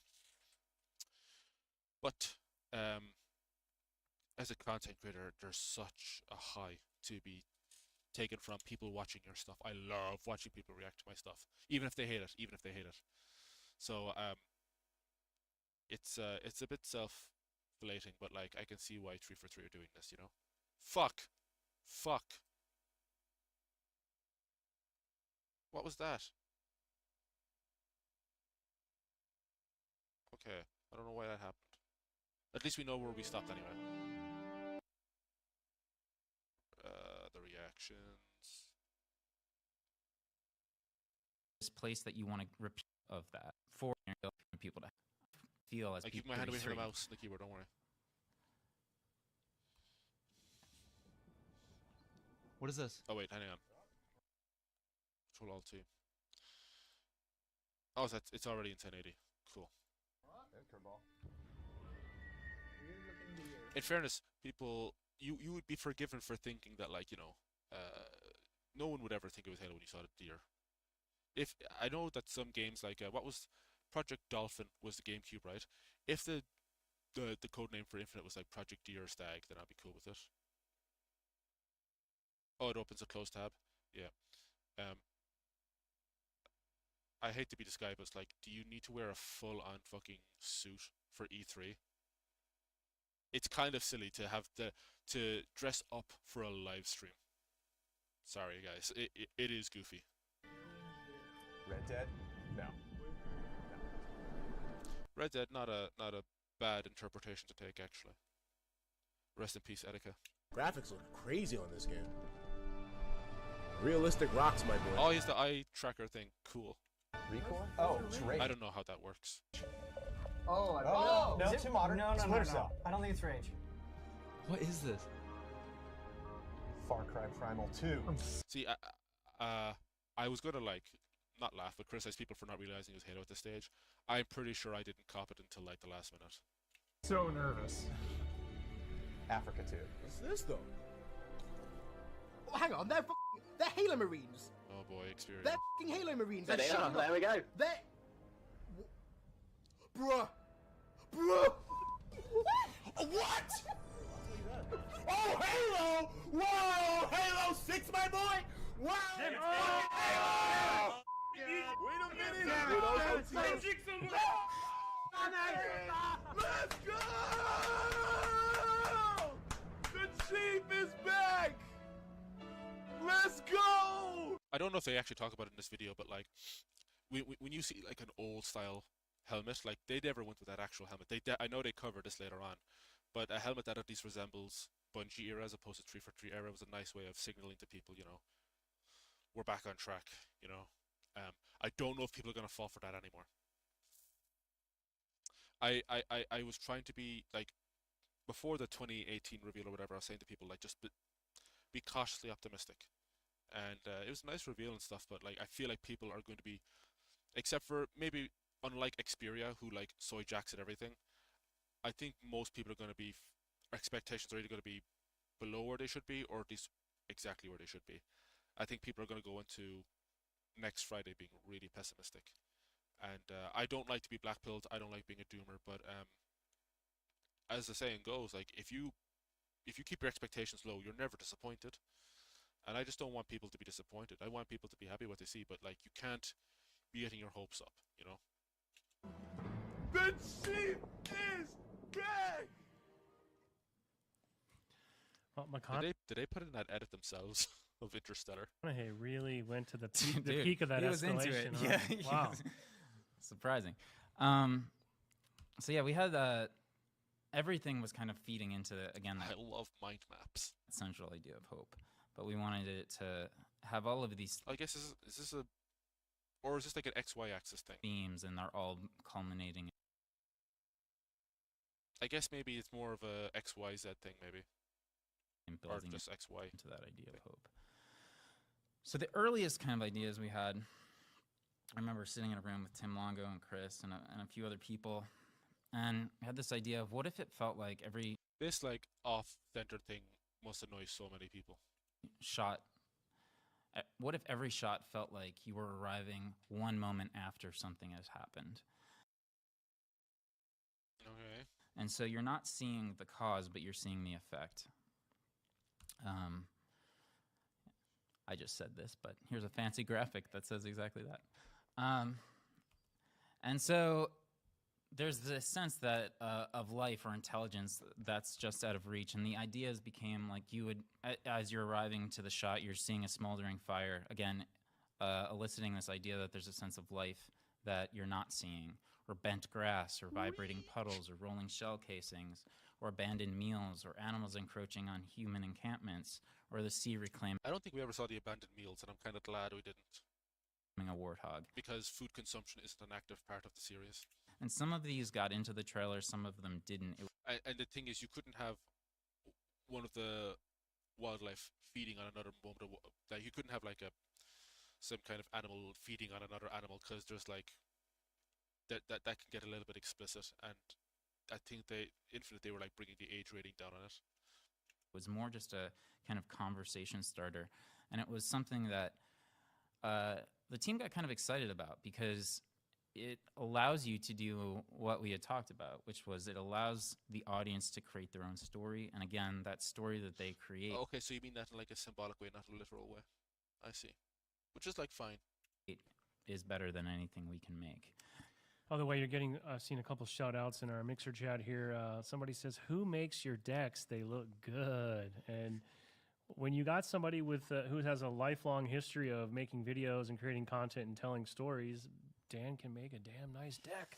Yeah, I do make. Yeah, I make the decks. And then the next part was how do we make Hope visual?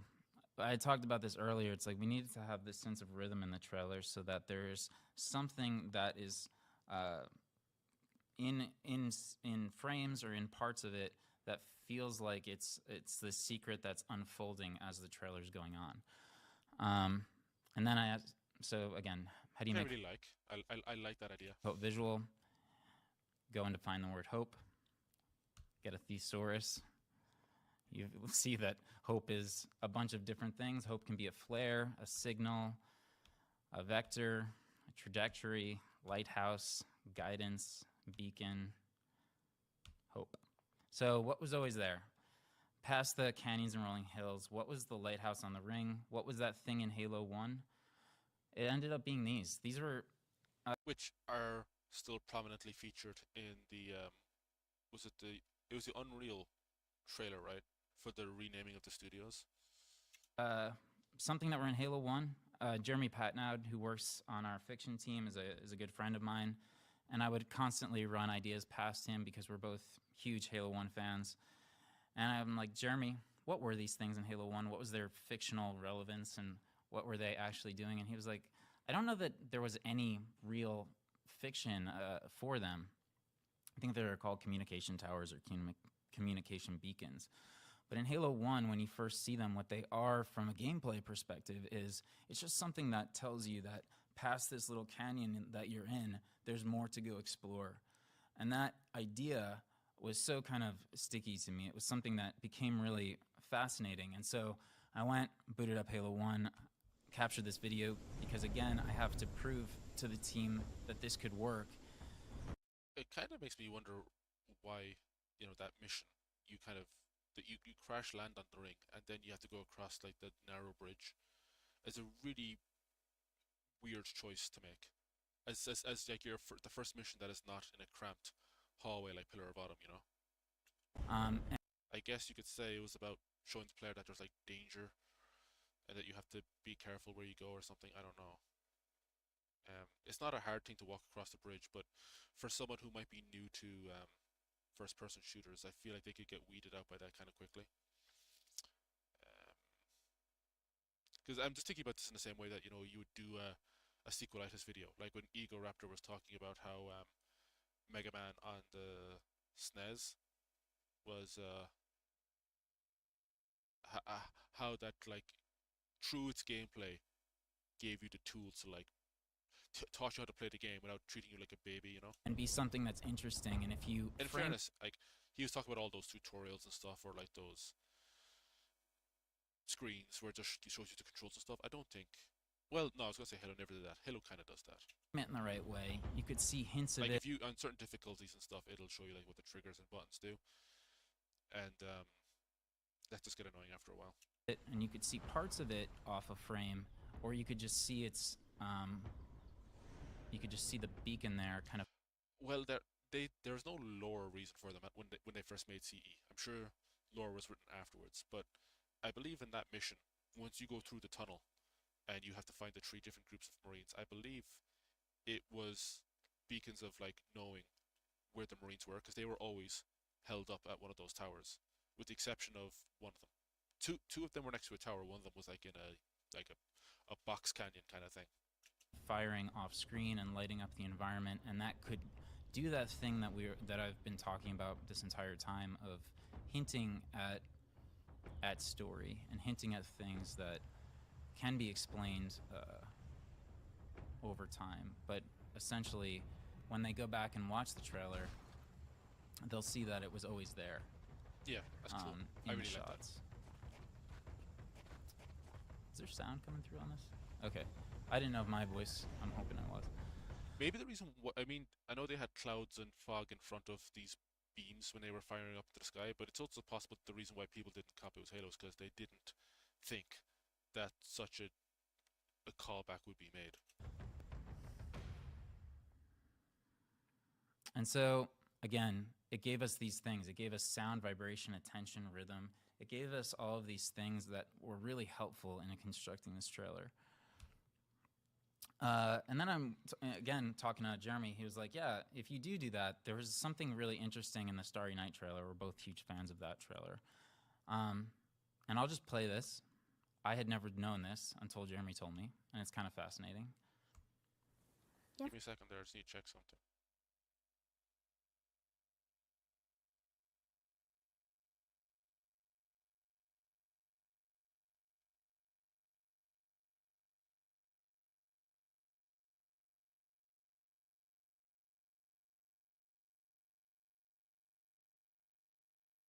Okay, it's just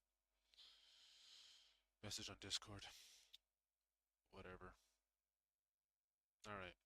Ever wonder what's up there? Like what? Maybe someone up there was wondering what it's like here. I guess. Do you think we'll ever meet them? I hope so. Don't you?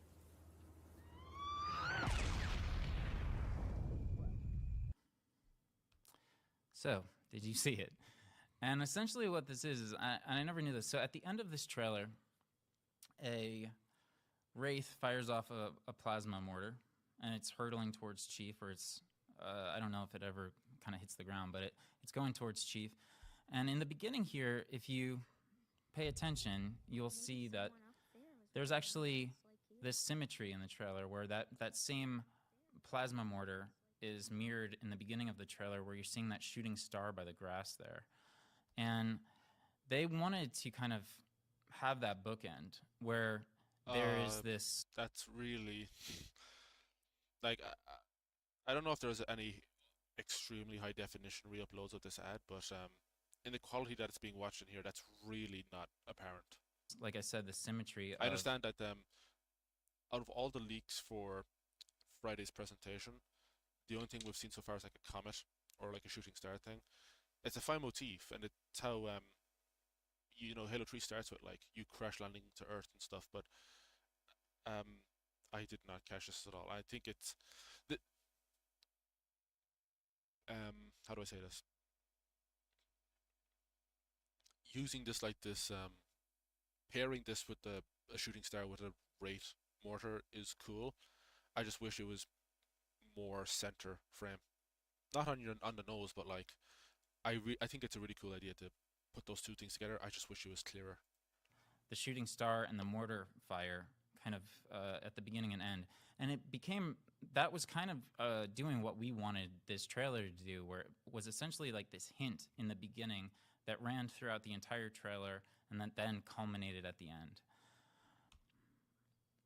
And you see it here, where early on in the trailer, you see that kind of plasma fire go up behind the tree, and it's a hint at where we're going at the end of the trailer. Okay, And by the way, I'm just...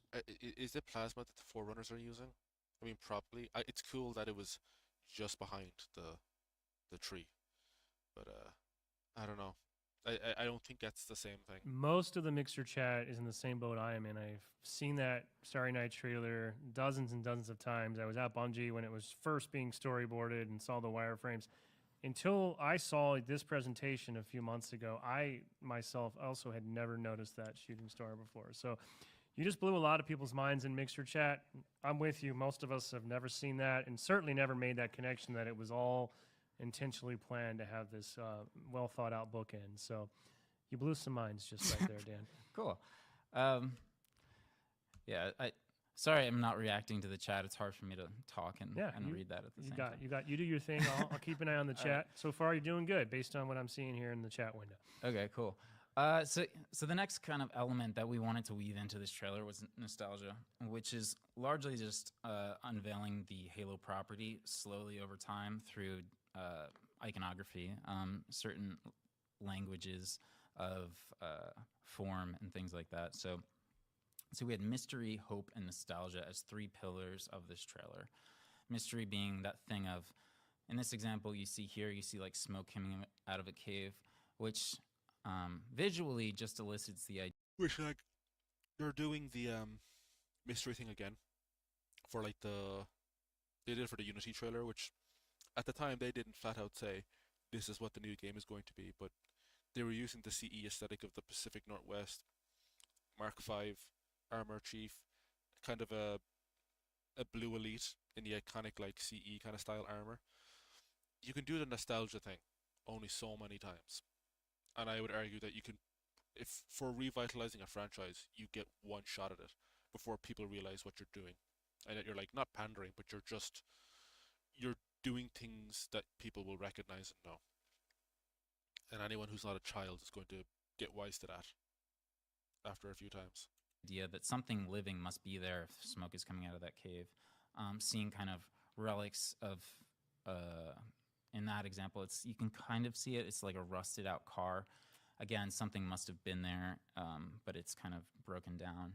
Hope was the beacon. Nostalgia is seeing parts of the UNSC architecture, whatever that ended up being. We didn't language, right. specifically know when this exact slide was made, but just essentially the audience arrives one moment after something happens, right? And characteristics of Halo kind of being unveiled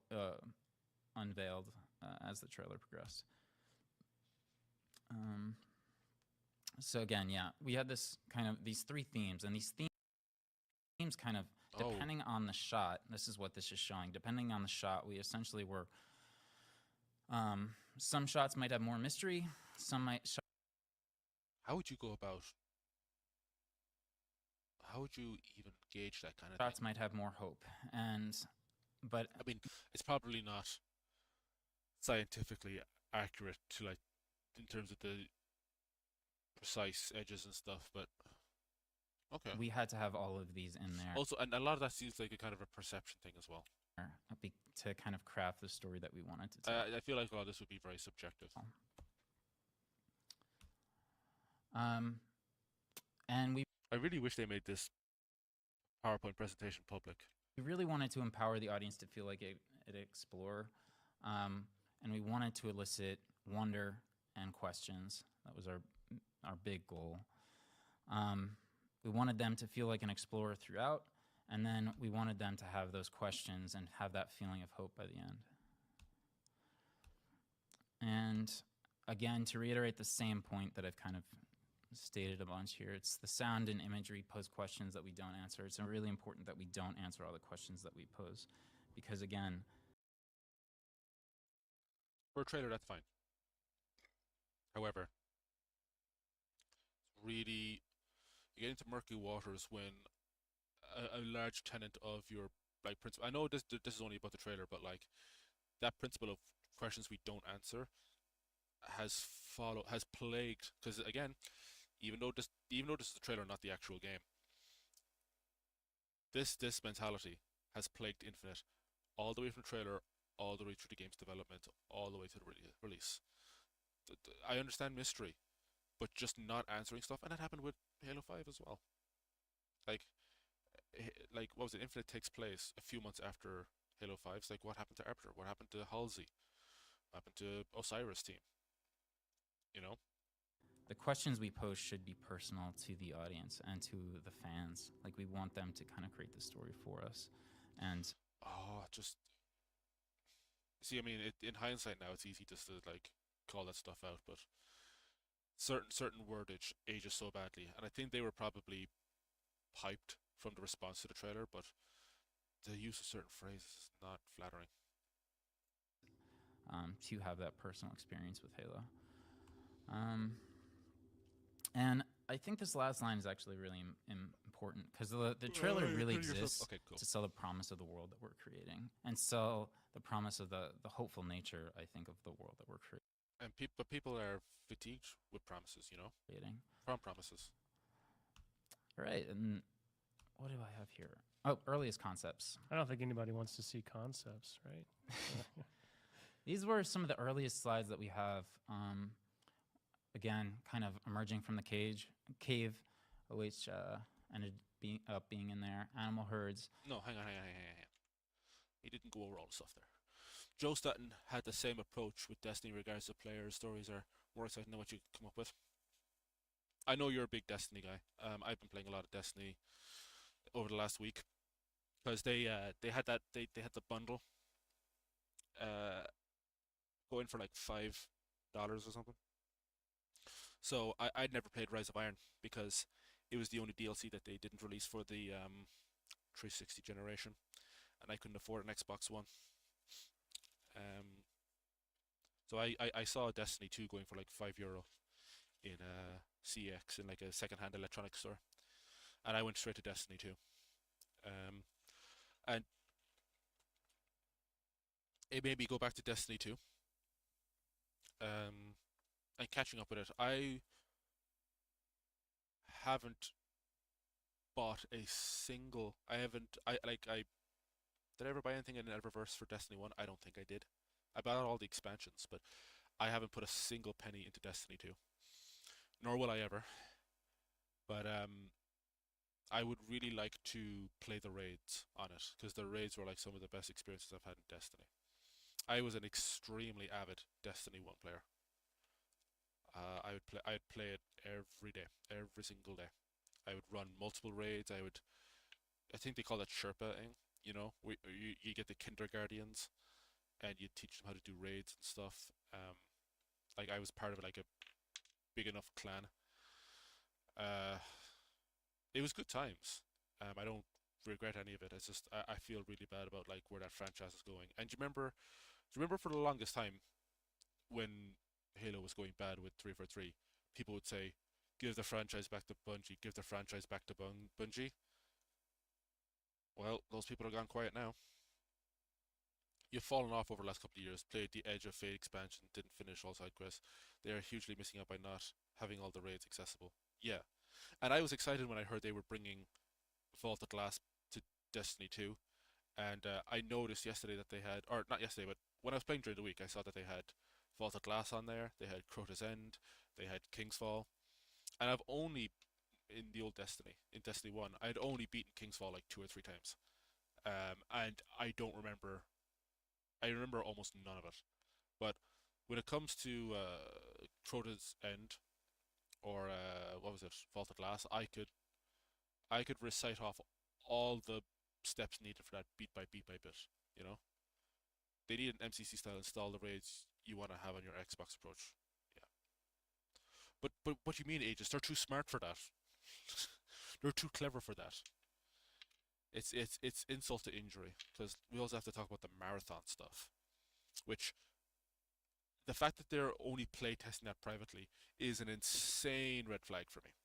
Like I understand that it's Halo Studios are doing it now. Whatever is being unveiled on Friday, they have been play testing that privately. I understand that all companies have their internal testing, but they were supposed to have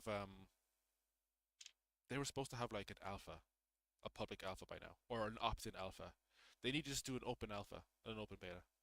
Uh, that there's nothing about Marathon that interests me, but I still want to play whatever demo they have of it.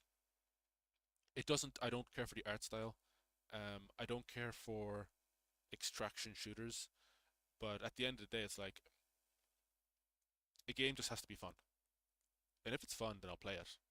But I don't know. So yeah, this motif of the caves from darkness to light, yeah, it's fine. Exit the darkness into the light, we emerge. Metaphoric of 343 Halo and the player's journey. I guess. It also acts as a bridge for the 343 Sojourn demo, but they didn't show a demo, right? I guess the demo was planned later on. You won't be getting Marathon. I won't be getting Marathon either. I will play like in my mind. I think Marathon has no story, right? Like I'm not saying this that franchise doesn't, but like the upcoming game doesn't have a narrative, does it? I think from what I saw from their breakdown video of the demo, they're saying that all the narrative cues would come from things you collect in matches. But it's like Fortnite, where it's like the game is like the matches. Like there's no single player route to play. Like with Fortnite, you can't outside of like the creator made stuff. Everything in Fortnite is multiplayer, and it feels like with Marathon everything is multiplayer, which is just it's an insane fumble on Bungie's part. Um, I think Destiny suffered from having to always be online. I don't even know why I fucking bought the disc, you know. It's such a huge fumble to make. This new Halo is apparently not getting multiplayer, which suggests it could be coming out within the next couple of, well, I would say within the next year, I would say. Because they don't seem to be ditching Infinite multiplayer anytime soon. They've completely ditched Infinite's campaign. Because out of some of the leaks, there's still some stuff for Infinite that hasn't been released yet. And at this point, because we're coming up on the end of the year, I'm feeling that all the leaked stuff that hasn't released yet will probably be dropping this Christmas as part of the winter update. There's two big updates, right? There's one in the summer, there's one in winter. And I feel like we're probably going to get... There's like a BTB map that hasn't been released yet, I think. But everything else has come out, like the Falcon, the Fuel Rod Spanker, the Carbine. All that stuff leaked like a year or two ago. And the only thing that's leaked that hasn't come out is... I mean, there's some coatings. But you can't really split hairs on a coating. You can on an entire map. But it's like they said themselves, the stories that the fans write are better. A lot of the Forge maps that fans make are better as well, you know? But then again, there's an entire science to... Like, forging is for everyone. Anyone can forge. But the actual science of game design, something that only, you know, people who are disciplined or understand that area can do or should do, you know? We metaphorically emerge from darkness into the light, the audience into player. Sure. Cave, which ended up being in there. Animal herds. Again, this is such an interesting choice. Animal herd. What does he have to say first? Some of this went into the slip space nature of wanting to... The slip space demonstration nature of this. Like, we wanted to show that our engine can do a lot of characters on screen at once, because that is one of the great things about our engine. They wanted to manifest destiny. Oh, well, I guess in a lot of ways you did. You had your fucking herd.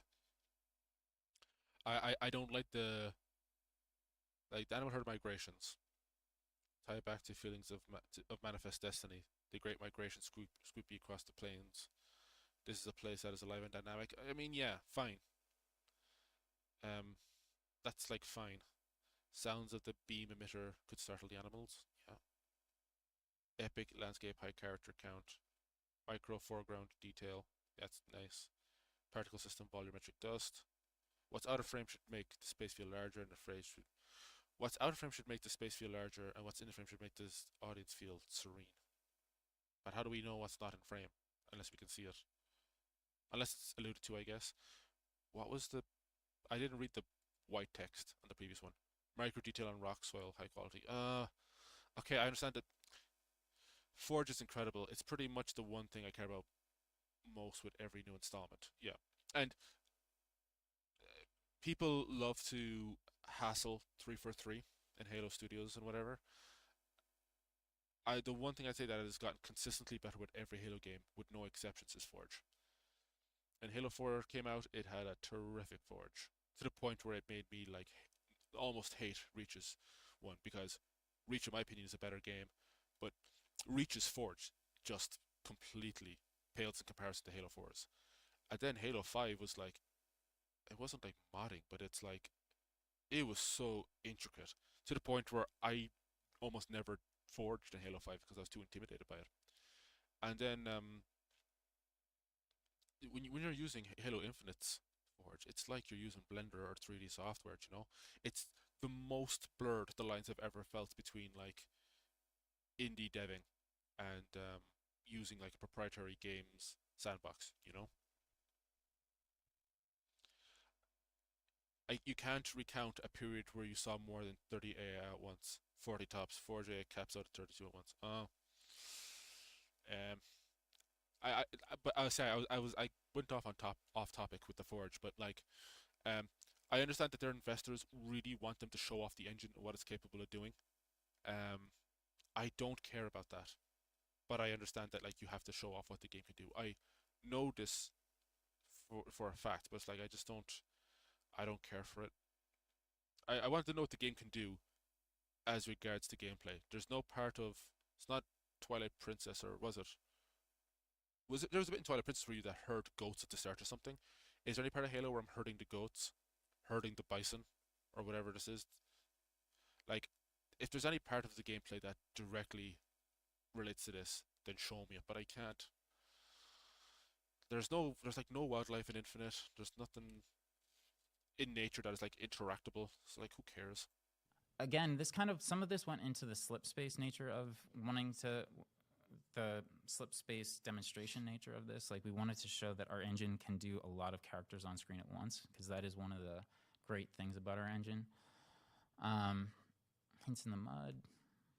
No, let's stick on the mud. Great things about our engine. I don't like how he's skipping through this. Micro foreground detail, yeah, so I guess it's just the import of what the shot is supposed to be. High quality reflections. They were reflections. If the closer you look at the mud stuff in Infinite's trailer, the more it gets a bit beam emitter in the puddles. I mean, that's fair. Vibrations in soils make ripples in the water. Hint of our enemy in the footprints. That's cool. Life exists beyond the frame.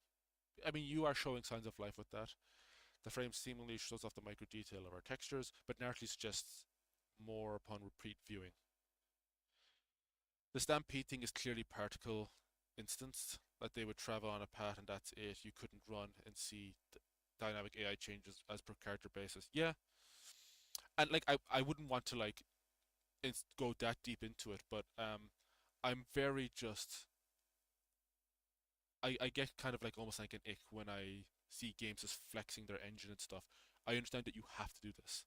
All of Death Stranding's trailers were like this. Death Stranding, I think, managed to do a better job at establishing like intent and stuff than maybe this did. But Kojima's been doing it longer, you know. I don't love the Death Stranding games. I think they're fun to play. I think the art style is magnificent. The music is second to none. I don't care for the story. The cast is great, you know. Everything outside the narrative I like. But yeah, Kojima's just been doing this shit longer. And I know that the Metal Gear series, I think towards the end of his time with Capcom had like changed hands or whatever, but like so many hands have been on Halo's steering wheel now that it's like even if you brought a good person in, someone who is really focused and stuff, it's going to feel different and people are going to be distrustful just because you have someone else driving the bus now. It reminds me of the stuff you'd see in skyboxes with aircraft battling and looped animations, yeah. But you remember like in was it Halo 3? Halo 3 or Reach? Reach, I think, had a more primitive version of it, but in Halo 3, like if you were on the Covenant, the level of Covenant, or I think Savo Highway, if you looked up into the sky, you'd see like a bunch of like Hornets and Banshees flying around, and their movements didn't seem overly scripted. It seemed like they probably had like a path or like a box they couldn't exceed, but like the movement seemed very like natural and fluid. It wasn't seem like in Reach you look into the sky and you see like phantoms far off in the distance flying, but it'd just be like in one direction. They had the whole poly ones, yeah, the low poly ones. But like, who cares about how many polygons when they're like not close? I think Reach had them on tip of the spear. We look off and you see like a bunch of warthogs driving around a scarab and stuff. That made like, it made you feel like you were in a war zone. It felt like you were actively engaged in like a fucking conflict. If it has nothing of that, fuck Christ, I'm just remembering how empty Infinite's world is.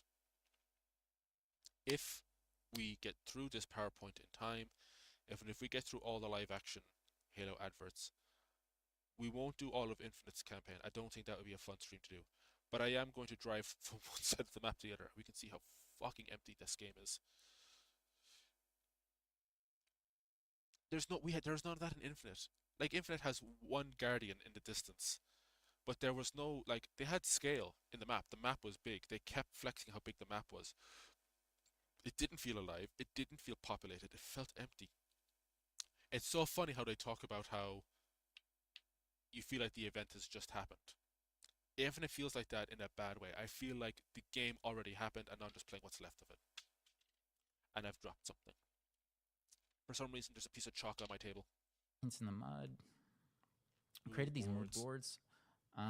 Again, we thought about doing interesting framings on things so that we aren't showing everything, and then over time we show more and more.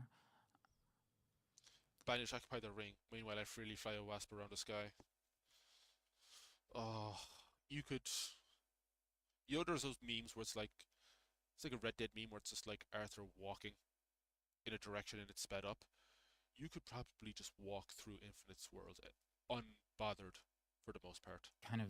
I know there's some groups of enemies that show up at certain times of day, but that it started to feel like No Man's Sky on launch when all these dynamic elements were explained to us or selectively marketed to the point where it's like, well, there is dynamic lighting and times of day. And say, oh yeah, it's a really vibrant world, vibrant in the fact that there's guys that you can shoot at there, you know? I don't like it when people lie by omission. It's really annoying. And it's, I mean, unless you're a fucking banker, it's like there's no place it's more common than the games industry right now. Because you can just, I was going to say you don't do this with movies. You don't patch a movie. You don't, you don't put out an update for a movie. But that's wrong. They do that now.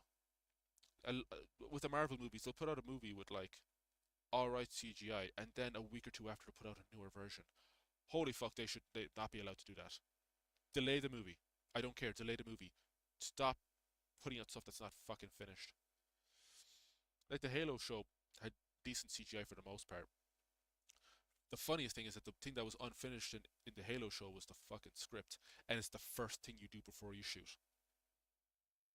That visual language of cropping things so that your mind has to fill in the frame is something that was really important early on. And that's essentially what happens when you see Chief in the trailer. I don't know, the earlier breakdown trailer that we showed. Okay, but I understand that whole idea about cropping is cool and leaving things just out of sight. Halo fans need, at this point in the franchise, they needed as much information as possible because they needed assurances that the franchise was going to be okay. And by edging them and teasing things slightly, I wasn't reassured. I don't know if you were reassured. But at the very beginning of this shows that we played with a lot of how to show Chief.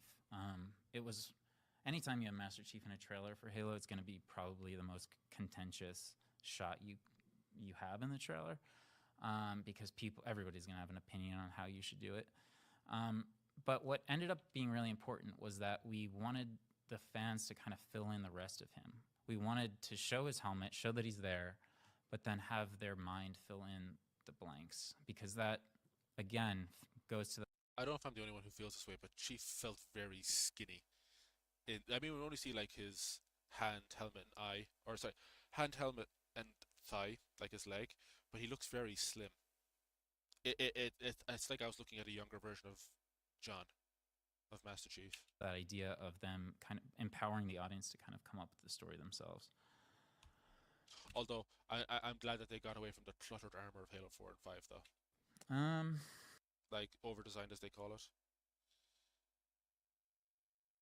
Oh, I can see. So they're talking about cropping things. I'm guessing that's why you don't, Oh, okay, yeah. Yeah, we just played a lot with different ways to show people. This was something that we did, but ended up getting cut at the last minute. So the way that the stage is designed at Thank you, because I think other people haven't really agreed with that, but he did look very slim. The green color temperature definitely looked more saturated the following year with the Pelican trailer. Yeah. E3. This stuff is kind of cool. It's hard to know.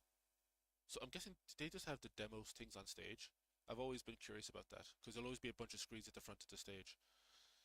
That's a Banished logo or something there. Yeah, having the multiple screens thing. That's cool, I guess, for showing where you can get the thing. I never really cared for VJing and stuff. I thought it was like a fad. But then when I look at stuff like Touch Designer, I'm like, oh, okay, cool. We had some early understanding of what the stage was going to look like. And they have these, right here where you're looking at this, you see Xbox One and Forza on the left-hand side. And then there's some screens on the right-hand side. And so what we ended up doing was making a... Oh, cool. essentially every shot had 3 different cameras pointing at different parts of the world, and then as the shot progressed, it would fill in these. If you were at the show itself, you would essentially see this like panoramic view of the trailer. So it would feel like this kind of really wide version of the trailer, and this actually ended up getting cut pretty much last minute, but it was a lot of extra work that we went in and did. I like this kind of stuff. It's gimmicky as hell, but it's the kind of stuff that I would love to be involved with, you know? I would have loved to have seen that. I know sitting in the audience, I like the Forza guy. Oh man, and look how they're talking about like the depth of field, the f-stop, what like how the composition and stuff. Guys, they did light up all those peripheral pieces, and I think it was pretty amazing the way that it did. But I didn't even know this was supposedly maybe gonna. See, when you see stuff like this, it reminds you that these people do give a shit. They don't make the right choices, but like at least there is some thought going into this. Maybe something for us until I saw your presentation. Yeah, and this was just something I did for the lighting artists. Again, just to give you guys like a glimpse into how some of this stuff is made. This is essentially like a Pinterest board for how each shot needs to feel in terms of color and mood and all of that kind of stuff. Burning Man. Yeah, Burning Man. It makes you so much sadder that there's no desert biome. Alpine.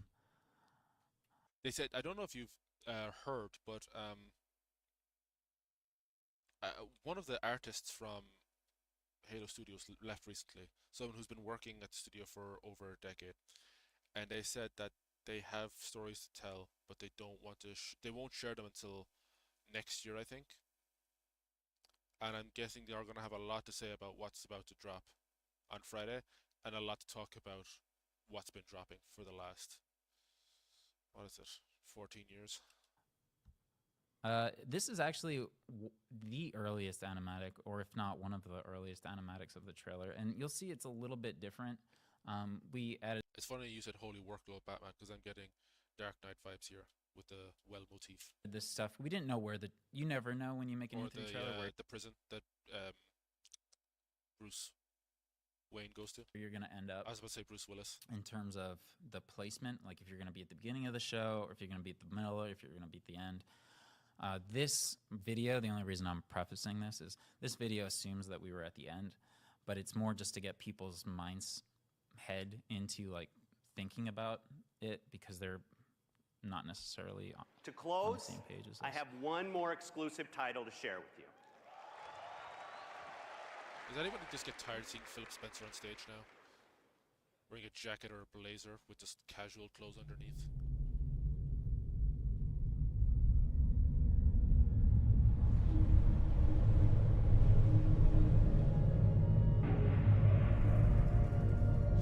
It is cool that like for this animatic they like cut it with an E3 thing to see how it would play out. It's nice to kind of think about how something would be perceived in a viewing or in a screening scenario.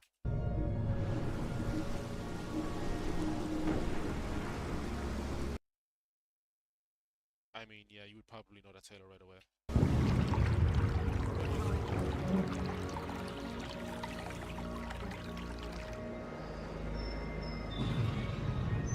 Nice.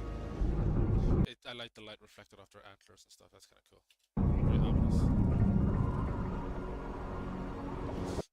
I think 343 have always been pretty good at sound design across the. Like, I didn't really like how they changed how the weapons sounded in Halo 4 and 5, but like, they sounded good enough. The UNSC weapons sounded great, I think.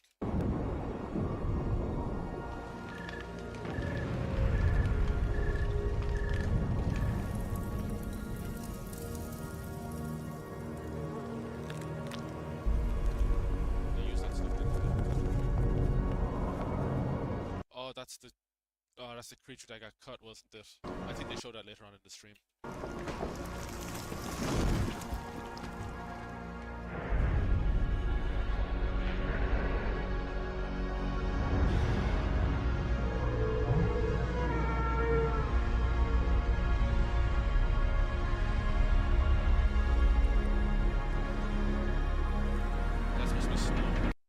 graphics.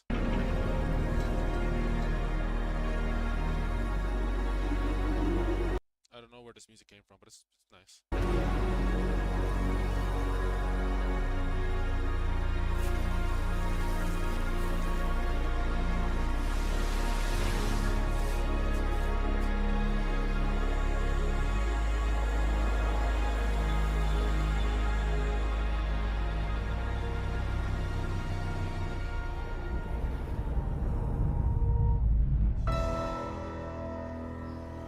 Halo 4 was chunky with its audio, like you'd hit the ground from a long fall and hear the crunchy impact sound. Man cannons too that launch at impact. Yeah, I really like that stuff.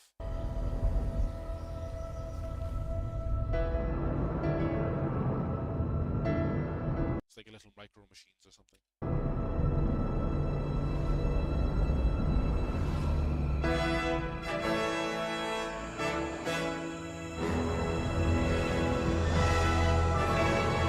Makes you wonder what a cel-shaded Halo game would be like a heavily stylized one.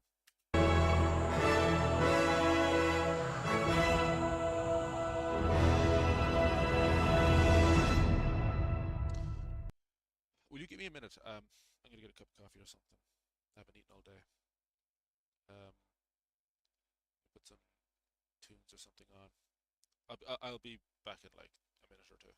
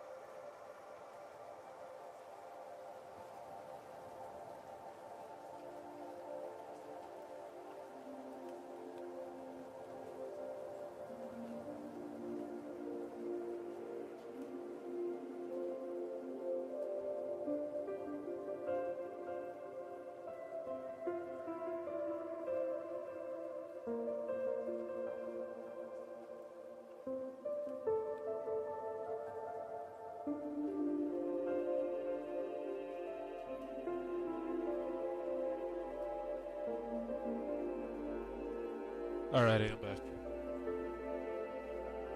We'll go back to where we left off. I see around Aegis.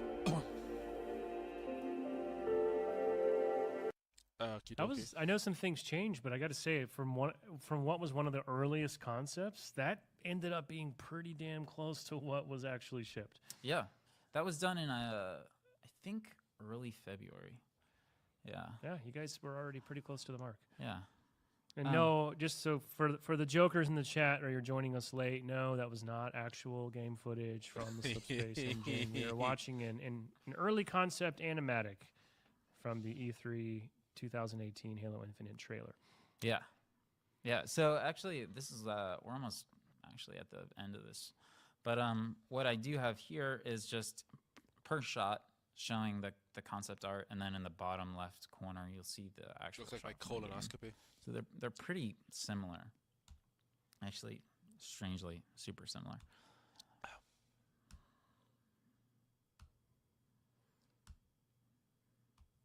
I don't know if they actually used the lore accurate type font for the cave etchings, but like, who cares if they didn't, really?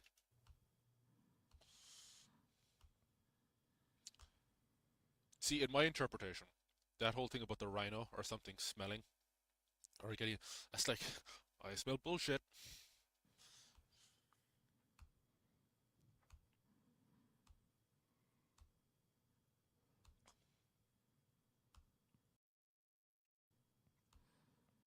I just love the colors in the trailer that they use in the end.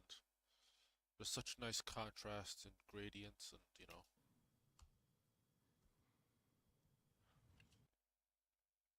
I mean, yeah. I mean, putting it at sunset would have been nice. I guess they wanted to go with more of a sunrise thing than a sunset thing.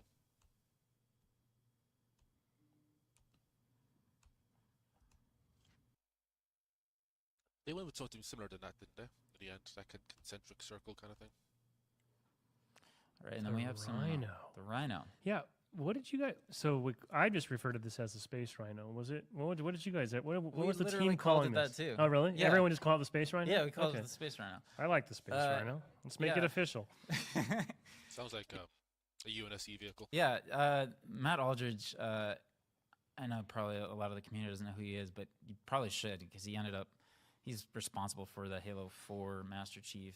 He's an amazing modeler from ILM. I'm positive we'll have Matt on the stream at some point. As soon as really we're allowed to show some of the amazing stuff he's working on. I just Googled it. The Rhino is a UNSC weapon. Very high on my list to get in here. Yeah, I'm only stating that because a lot of this is normally what Matt would talk about. But Matt had this reference anatomy. His team then went and had some concept art made for what the Space Rhino would look like. Is this concept? Is it supposed to, like, because it's a flock of rhinos, is it supposed to represent the fans because they're stubborn like a rhino? I think the top is concept art. The bottom is actually the model. Yeah, it looks like it is the model. But with experimenting with different color different palettes shading. Yeah, I like that. I like all the patterns and stuff. That's cool. Exactly. You could, if you're making like a fictional species of rhino, you would be inclined to just do something crazy with the horns. But I like the patterns on the body. It's really nice. And then this is for scale. I thought this would be kind of cool to show people, so you can see how big Chief is in relation to the animals that are in the trailer. Master Chief. This is cool to. Is this what the helmet looks like from the side? I see. This is my first time watching. I've skimmed through this stream before. I've never actually watched it in detail. I wanted to do it on stream with you. I've never seen this helmet and from anything other than the trailer, where it's just like a head-on image. I'm so curious what it would look like from different angles, because obviously they didn't go with this design in the end, but I wasn't huge on this design. But if this is the same design from a different angle, I really like it now. Just show the fans, and the only especially with the scratches and the edges, you know, it does feel heavy and weighted. What I will say is, I spent a lot of time talking to Sparth. Sparth is our art director on Infinite, and this is a bit different than what I'm currently showing you. The final model of Master Chief will be seen eventually, and I'm not saying this like I'm a huge Halo fan. It is by far the coolest, in my personal opinion, Master Chief that we've ever done. Yeah, this is a lot of back and forth on this. I think for a long time people were in denial that the chief that we saw in the trailer was different than the one in Infinite in the end, and then people looked more closely and were confused by it. It's funny because you can actually see the kind of hexagonal blocks and stuff. Actually, I think is this not one of Infinite's maps, the one that people hate, that was pulled out of Slayer and shit? But you can see that they're already nervously talking about this because they know either there's already been controversy about it, or they're trying to get ahead of it because they know that they're not going to go with this design, because it wasn't made for I mean, it was made to market the game. They just shouldn't have put Infinite on on the end of the trailer. Or that anybody's really ever done. And this is not the final one. This is just the E3 version from this year. They should really just add it. They should just add it to Infinite or something, like as a multiplayer cosmetic. But essentially, Matt made this sheet that shows like where they kind of took influences from to make that helmet. And so it has a little bit of Halo 2 and 3, a little bit of 4. Where's the little bit of 4? And it's a mixture of those. I mean, I guess it has like the round slot for the chip or whatever. And I've never been a fan of that. It's more subtle, the little slot at the back of the Halo 2 and 3 helmet. Again, it'll look a little bit different than what you're seeing here. Matt also put together. And also, if you're looking back at CE for inspiration, like earlier in the video, they were talking about like going back and play CE. Why is CE not on this poster? I don't understand that. Again, it'll look a little bit different than what you're seeing here. Matt also put together this video showing like a spin around of it, a turntable of it. Okay, zoom out. We're way too close. That now I'm annoyed.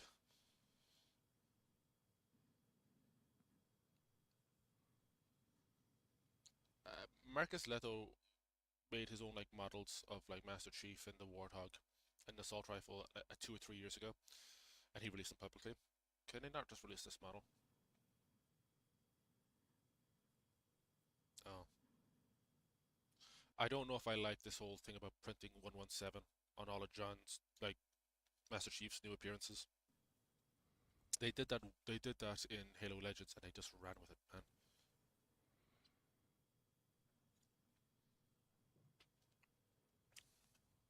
I think Sparth and Matt and team are safe to say they're on the right track just based on the reactions during E3 and the reactions we're seeing right now. Yeah. And so that's actually all I have. That was actually 100. Oh man, that's such a... I think that helmet actually looks cool when you move around it, but you've given us the worst video. 14 slides, like we said. Blaze through it. Yeah. Time flies and you're having fun. I mean, if you got a few more minutes before we have to jump off, Yeah. I know we haven't had you. I don't want to interrupt your flow, but if we have questions coming through from the chat specifically for Dan about the E3 trailer or his process or anything like that, okay. more than We happy kinda to got take a this stab at quickly. that. That was way shorter than I thought it was going to be. That was barely even like...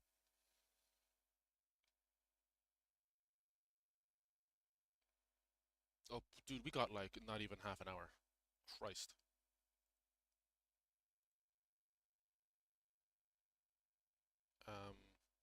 Do you know what? We'll go through all the live action trailers now.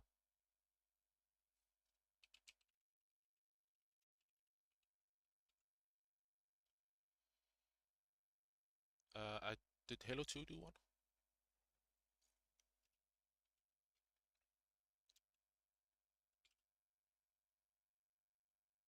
No, it didn't. I guess not. Halo 3 did, I guess.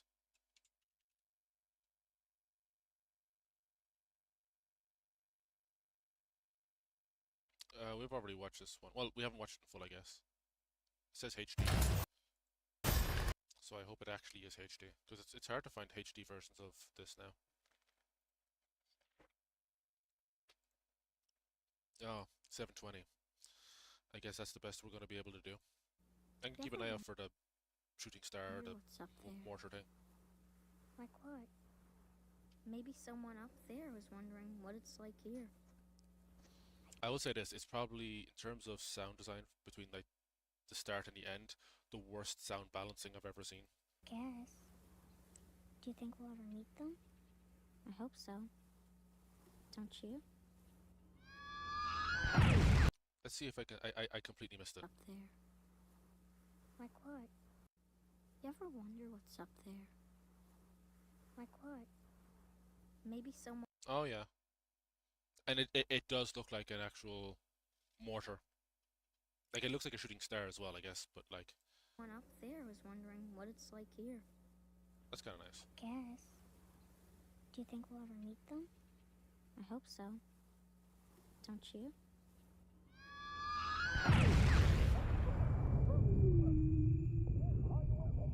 Do you think we'll ever meet them?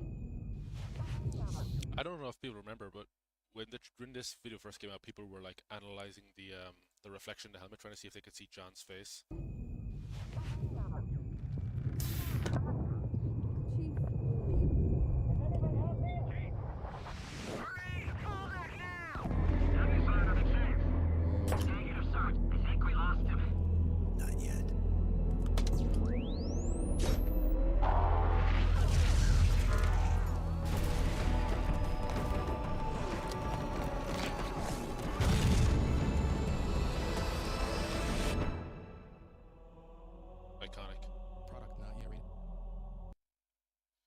And you could, it was so awesome where you could just put in the worst voice for the product not yet rated or whatever. Oh yeah, I remember this. FBD. I thought, was this part of the landfall thing that Neil Blomkamp did?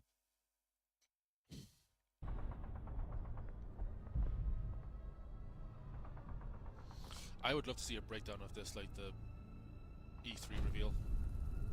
I didn't like this at all, though. The text.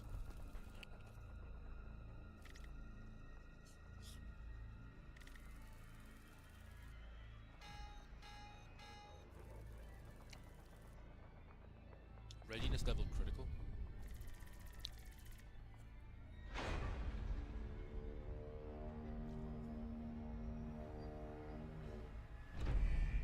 I think this is like our first time seeing anything live action for Halo.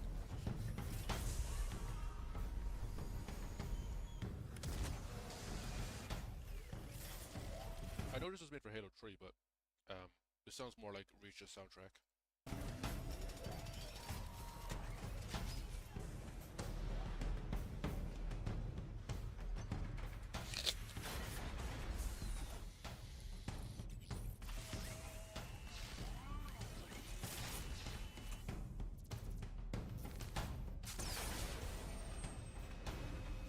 It looks good.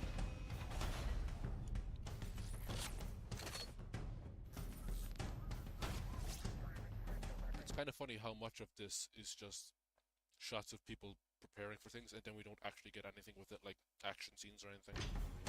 Unless this stuff was made with the landfall stuff, which I think it is. It's landfall's included with this video.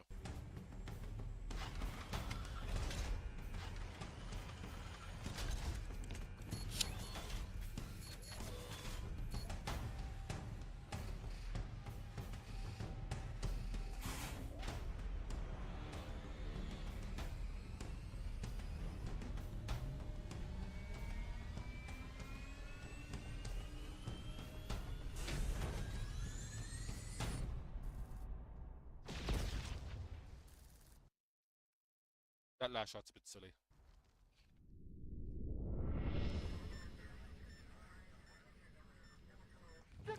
The use of like actual like army issue cameras or whatever is really cool.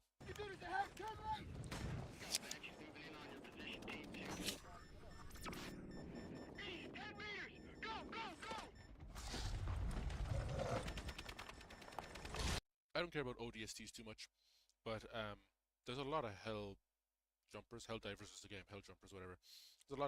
There's a very strong following for ODSTs in the Halo community. It's tricky to like, when you're doing Spartans in live action, like they have to be fucking giants. They have to have this insane power armor, and they need to have super strength. So to do that, like I know they did it in the show, like you have to use CGI to show them like making these leaps and bounds, flipping, jumping, whatever.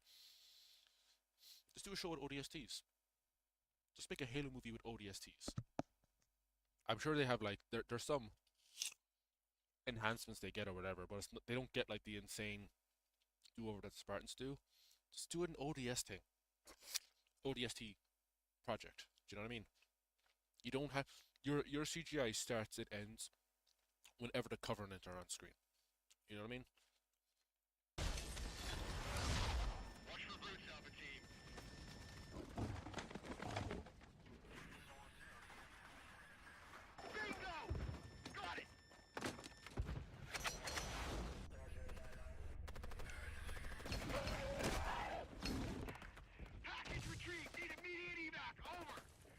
Retreat!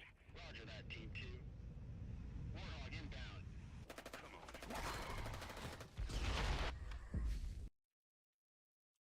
I think I missed something there. So they have their blood types on their shoulders, which is really cool. I've always loved the ODST shoulders ever since Reach. I've put those on my Spartan shoulders.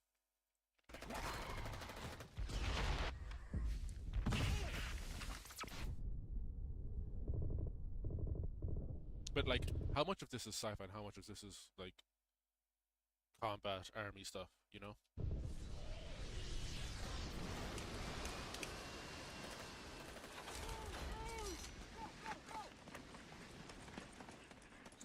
Yeah, I remember that I watched like did I see a behind the scenes video on this? Where they were talking about how they accurately manufactured a Warthog for this.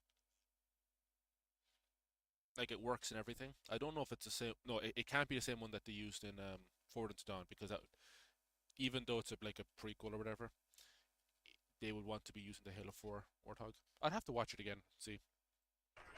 I know they probably didn't use this in the show, but the one in the show looks close enough.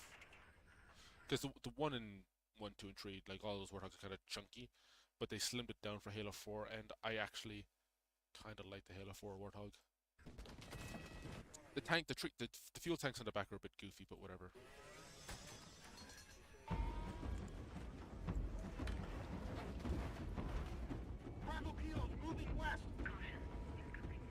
Like, there's this whole like thing where they're driving to this new location or something, but you can tell the whole thing was just shot in one lot, you know.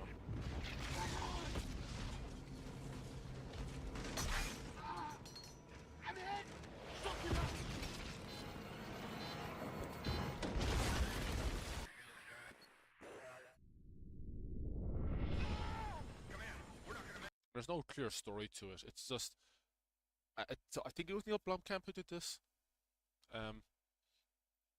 Who made Halo Landfall? It was Neil Blomkamp in collaboration with Bungie and Weta.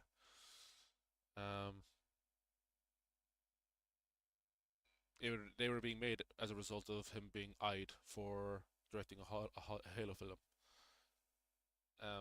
Obviously Weta are madmen and women. They're crazy at what they do. And I remember, I think at one point Peter Jackson was being eyed for making a film as well, and it's no mystery that mishandling of a franchise was why we didn't get a Halo film when this franchise was at its absolute peak. And the closest we got was, what was it? Well, before the show, was we got, what was it? Forward Unto Dawn. And Master Chief's barely in it. They had to squeeze him in at the end just because. Nearest medic is Sector 6. Deviate from original course, move to Sector 6. Master Chief's re-entry is minutes away. Okay, got it. Oh, this is before the start of Halo 3, right? They're under heavy fire. That looks a bit weird.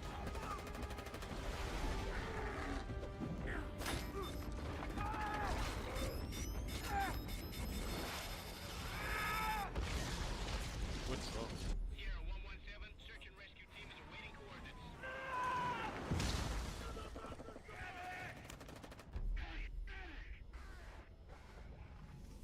Find out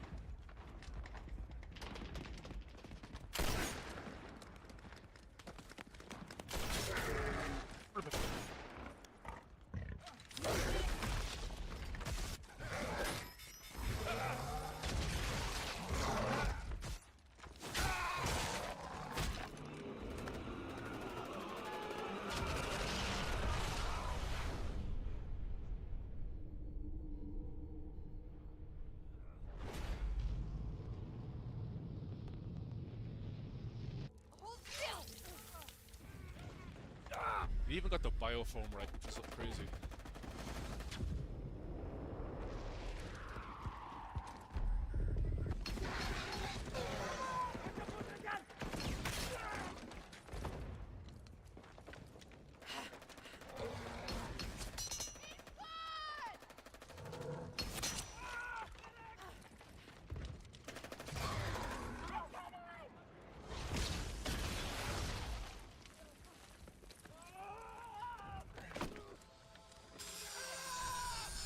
Oh god.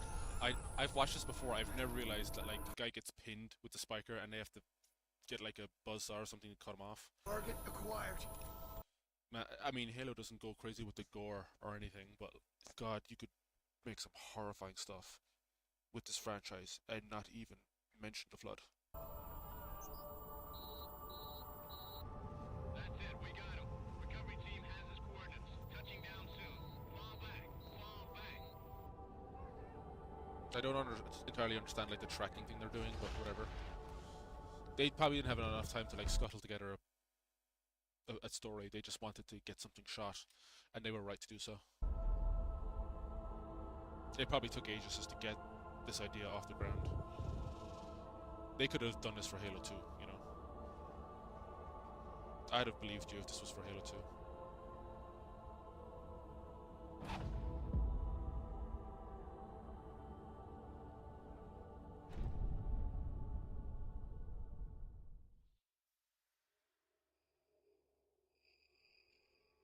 Bungie.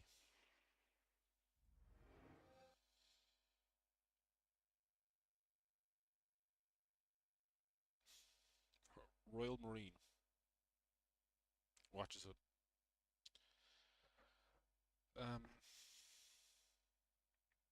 You know what? I have about 10 minutes left to go. I was going to react to all the other Halo live action trailers, but in fairness, I don't know if it's overly relevant. We got through that commentary in a timely manner.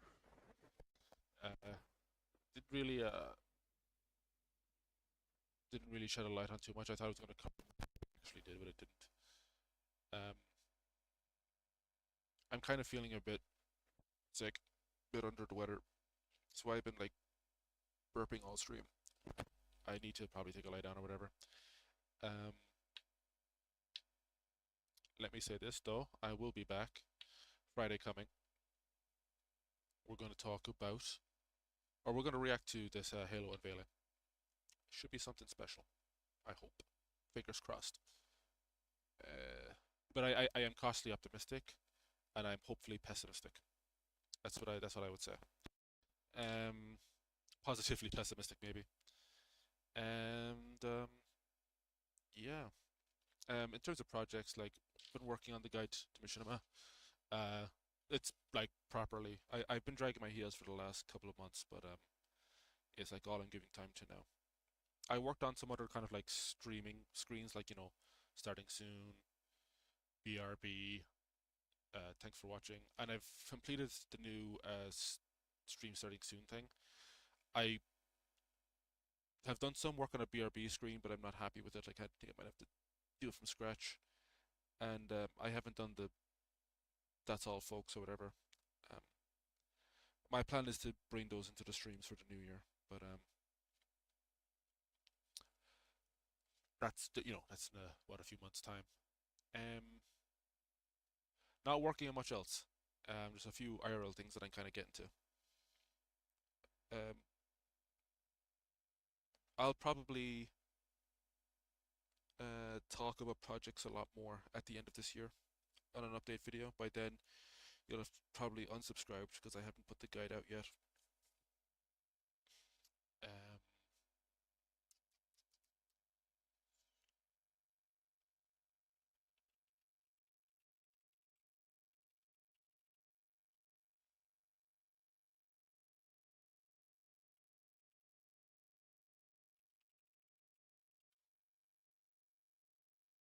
Oh, someone made a playlist. Or they went video.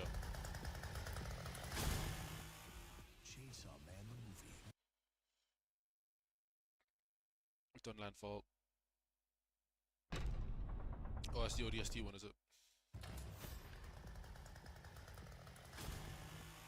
Chainsaw Man the movie. I'm trying to see what else I Rated can M talk for about. mature. See, I feel like a lot of the people who like the ODSTs are people who are kind of into military stuff anyway, because the ODST stuff is always very grounded in the military stuff. It doesn't go too far into the sci-fi stuff. Even the trailer did it.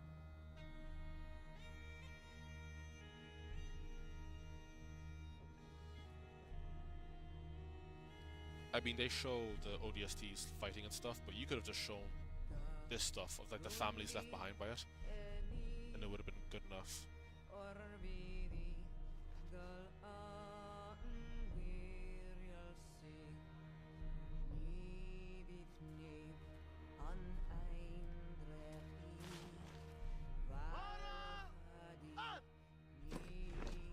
It's funny because like the kid who's the main character in this funeral scene just looks like a average Halo player.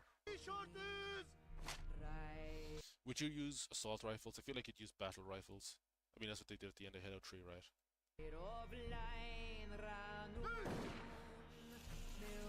I don't know if that's the same actor.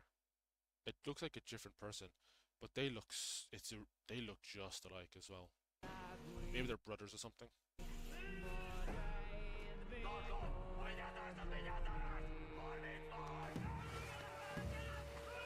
I like the cut.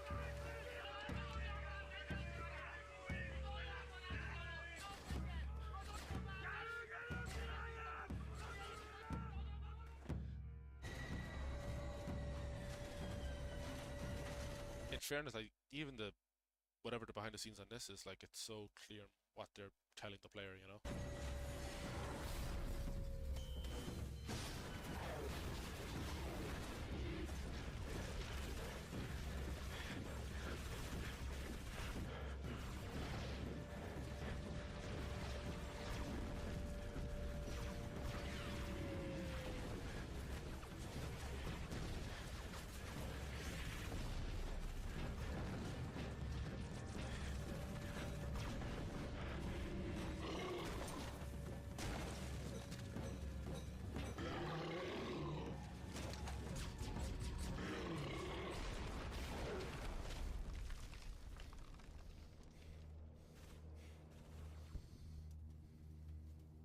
Great casting as well.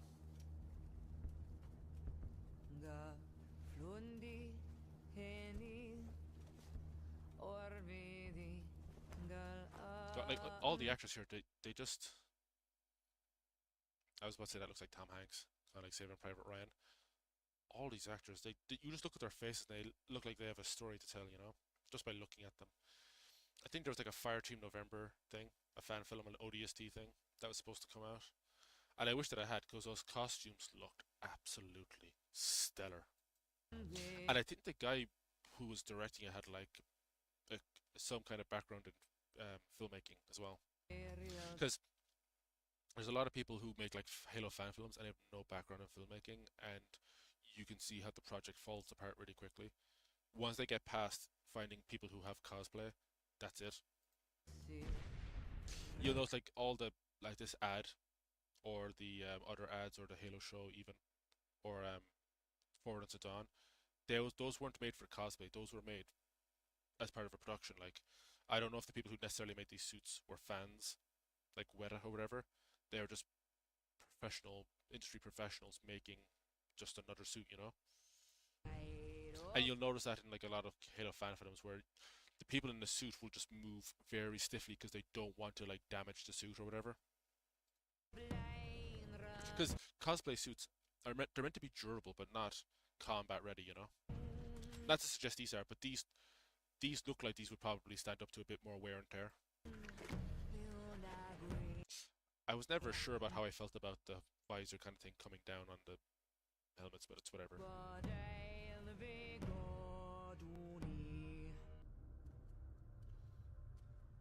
Oh, the Halo Reach ones, man.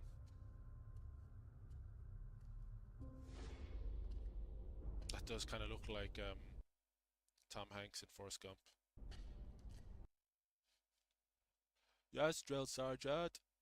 Bubba. was telling me about how we catch a shrimp.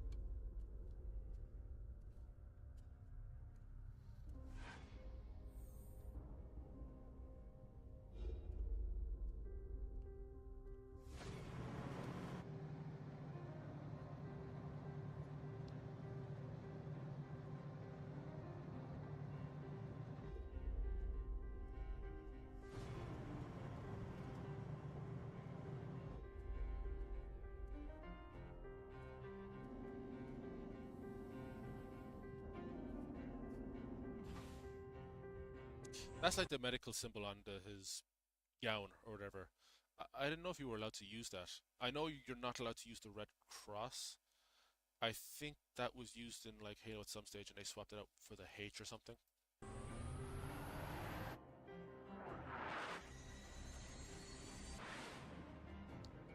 I mean, I doubt very much that Carter got his treatment on in Anchor 9, but I understand they have to put it there because it's for the game. You see that in a lot of Halo trailers.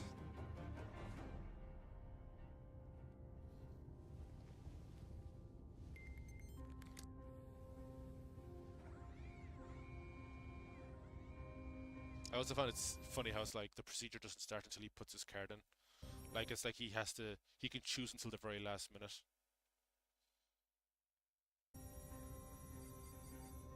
But I understand that the people who make like these promotional things aren't necessarily the same people who develop the game or write the lore.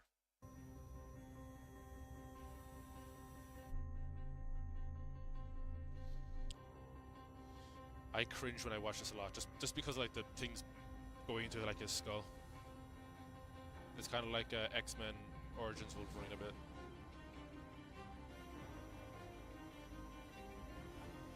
And the things going into the veins. I chose a great place to pause this. I'm not squeamish about needles. We're gonna give him the blue and yellow because that's his armor colors, you see.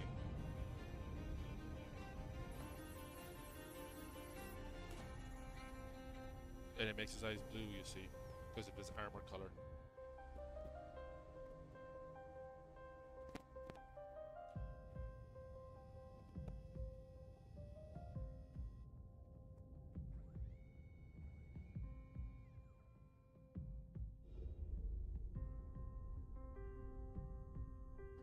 Nice for someone to have dressed up when he was out. Chainsaw Man the movie.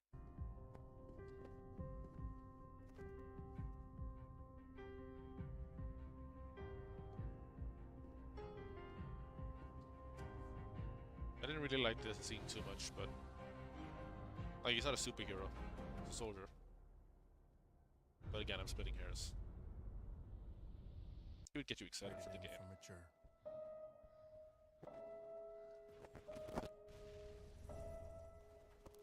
I love this one so much.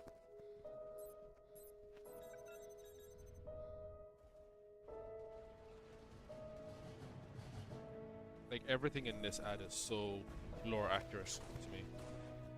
Well, maybe Kat lost her arm after this because this scene takes place before Halo Reach because you see the old Noble Six, Tom, in here.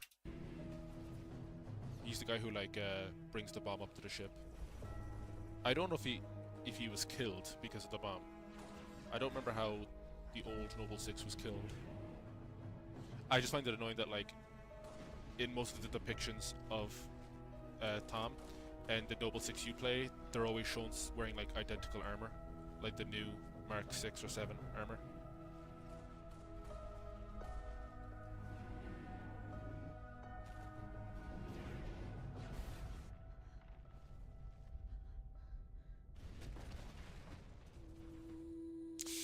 People were asking for a long time, why can't the Halo show look like this? And I think it's for the same reason that a lot of those tech demos or those in-engine trailers at E3 look so much better than the whole game. Is because you're compressing an entire budget for a movie into a 30-40 second ad, so you can do more with less time. I feel like if they were to make a Noble or a Noble Team movie and use the same budget as this but spread it over like an hour and a half, I think the scenes would probably look a little worse because they'd have to balance the budget, right? Like some movies, like some Hollywood movies now are made for $50 million, right? That's $50 million that has to like be used across the movie. It's not $50 million per scene. So there could have been a budget of like 10, 20, $30 million here. And it does more in that 40 to 50 seconds than it would do, you know, across a movie of 2 hours or something.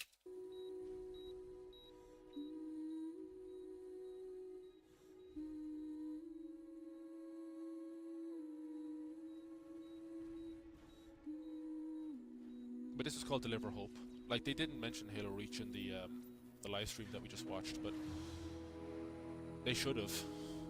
The idea of delivering hope. It seems like they have a very selective understanding of the word hope.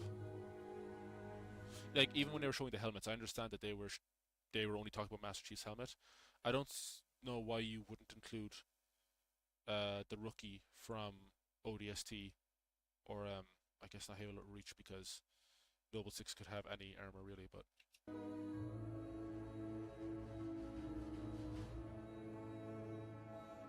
it's a funny shot because the actor's just doing nothing.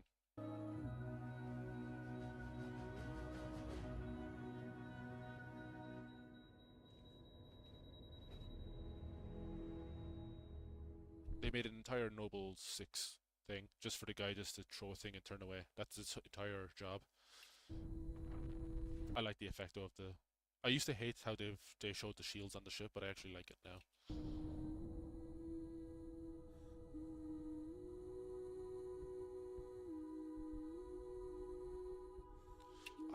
The marketing was so good because they kept saying "Remember Reach" like it was an actual event that happened, like it was an actual real life thing where we have to remember the victims of it. And I was so against Reach when I first heard about it. I was like, oh, I don't want... I like the idea of not seeing Reach, and it kind of like with the live stream we saw where it's like you're seeing the aftermath of the thing, not the actual thing. I like the idea of, like, you could read about it in the Fall of Reach, but you have to visualize it yourself. I love the idea of not ever seeing or witnessing Reach, and just it almost being a fable, being like so mythical as a thing that was just, you could never see it, but you would always hear about it, you know? But then you'd have people saying, you know, Reach was fabricated. That'd be a funny meme, you know, like having people say there was a conspiracy or something. Like this is like my favorite one. How long is it? 16 minutes long. What's after this? Oh, the Halo 4 stuff.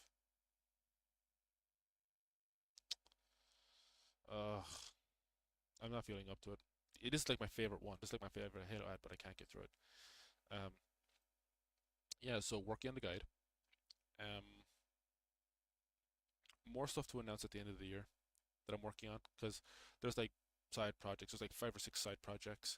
I have a good idea about what videos I'm going to do next year, like what major projects I'm going to work on once the guide is done. Collaborations and stuff coming up as well. Leave it with me. We're going to be back on Friday. We're going to talk about that. We're going to react to that reaction in real time. We'll smile together, we'll cry together, whatever. Maybe we'll get to these at another stage, but I'm feeling out of it today. But thanks for joining me. I hope you have a good week ahead. And I'll talk to you... yeah, I'll talk to you Friday, I guess. That's all she wrote.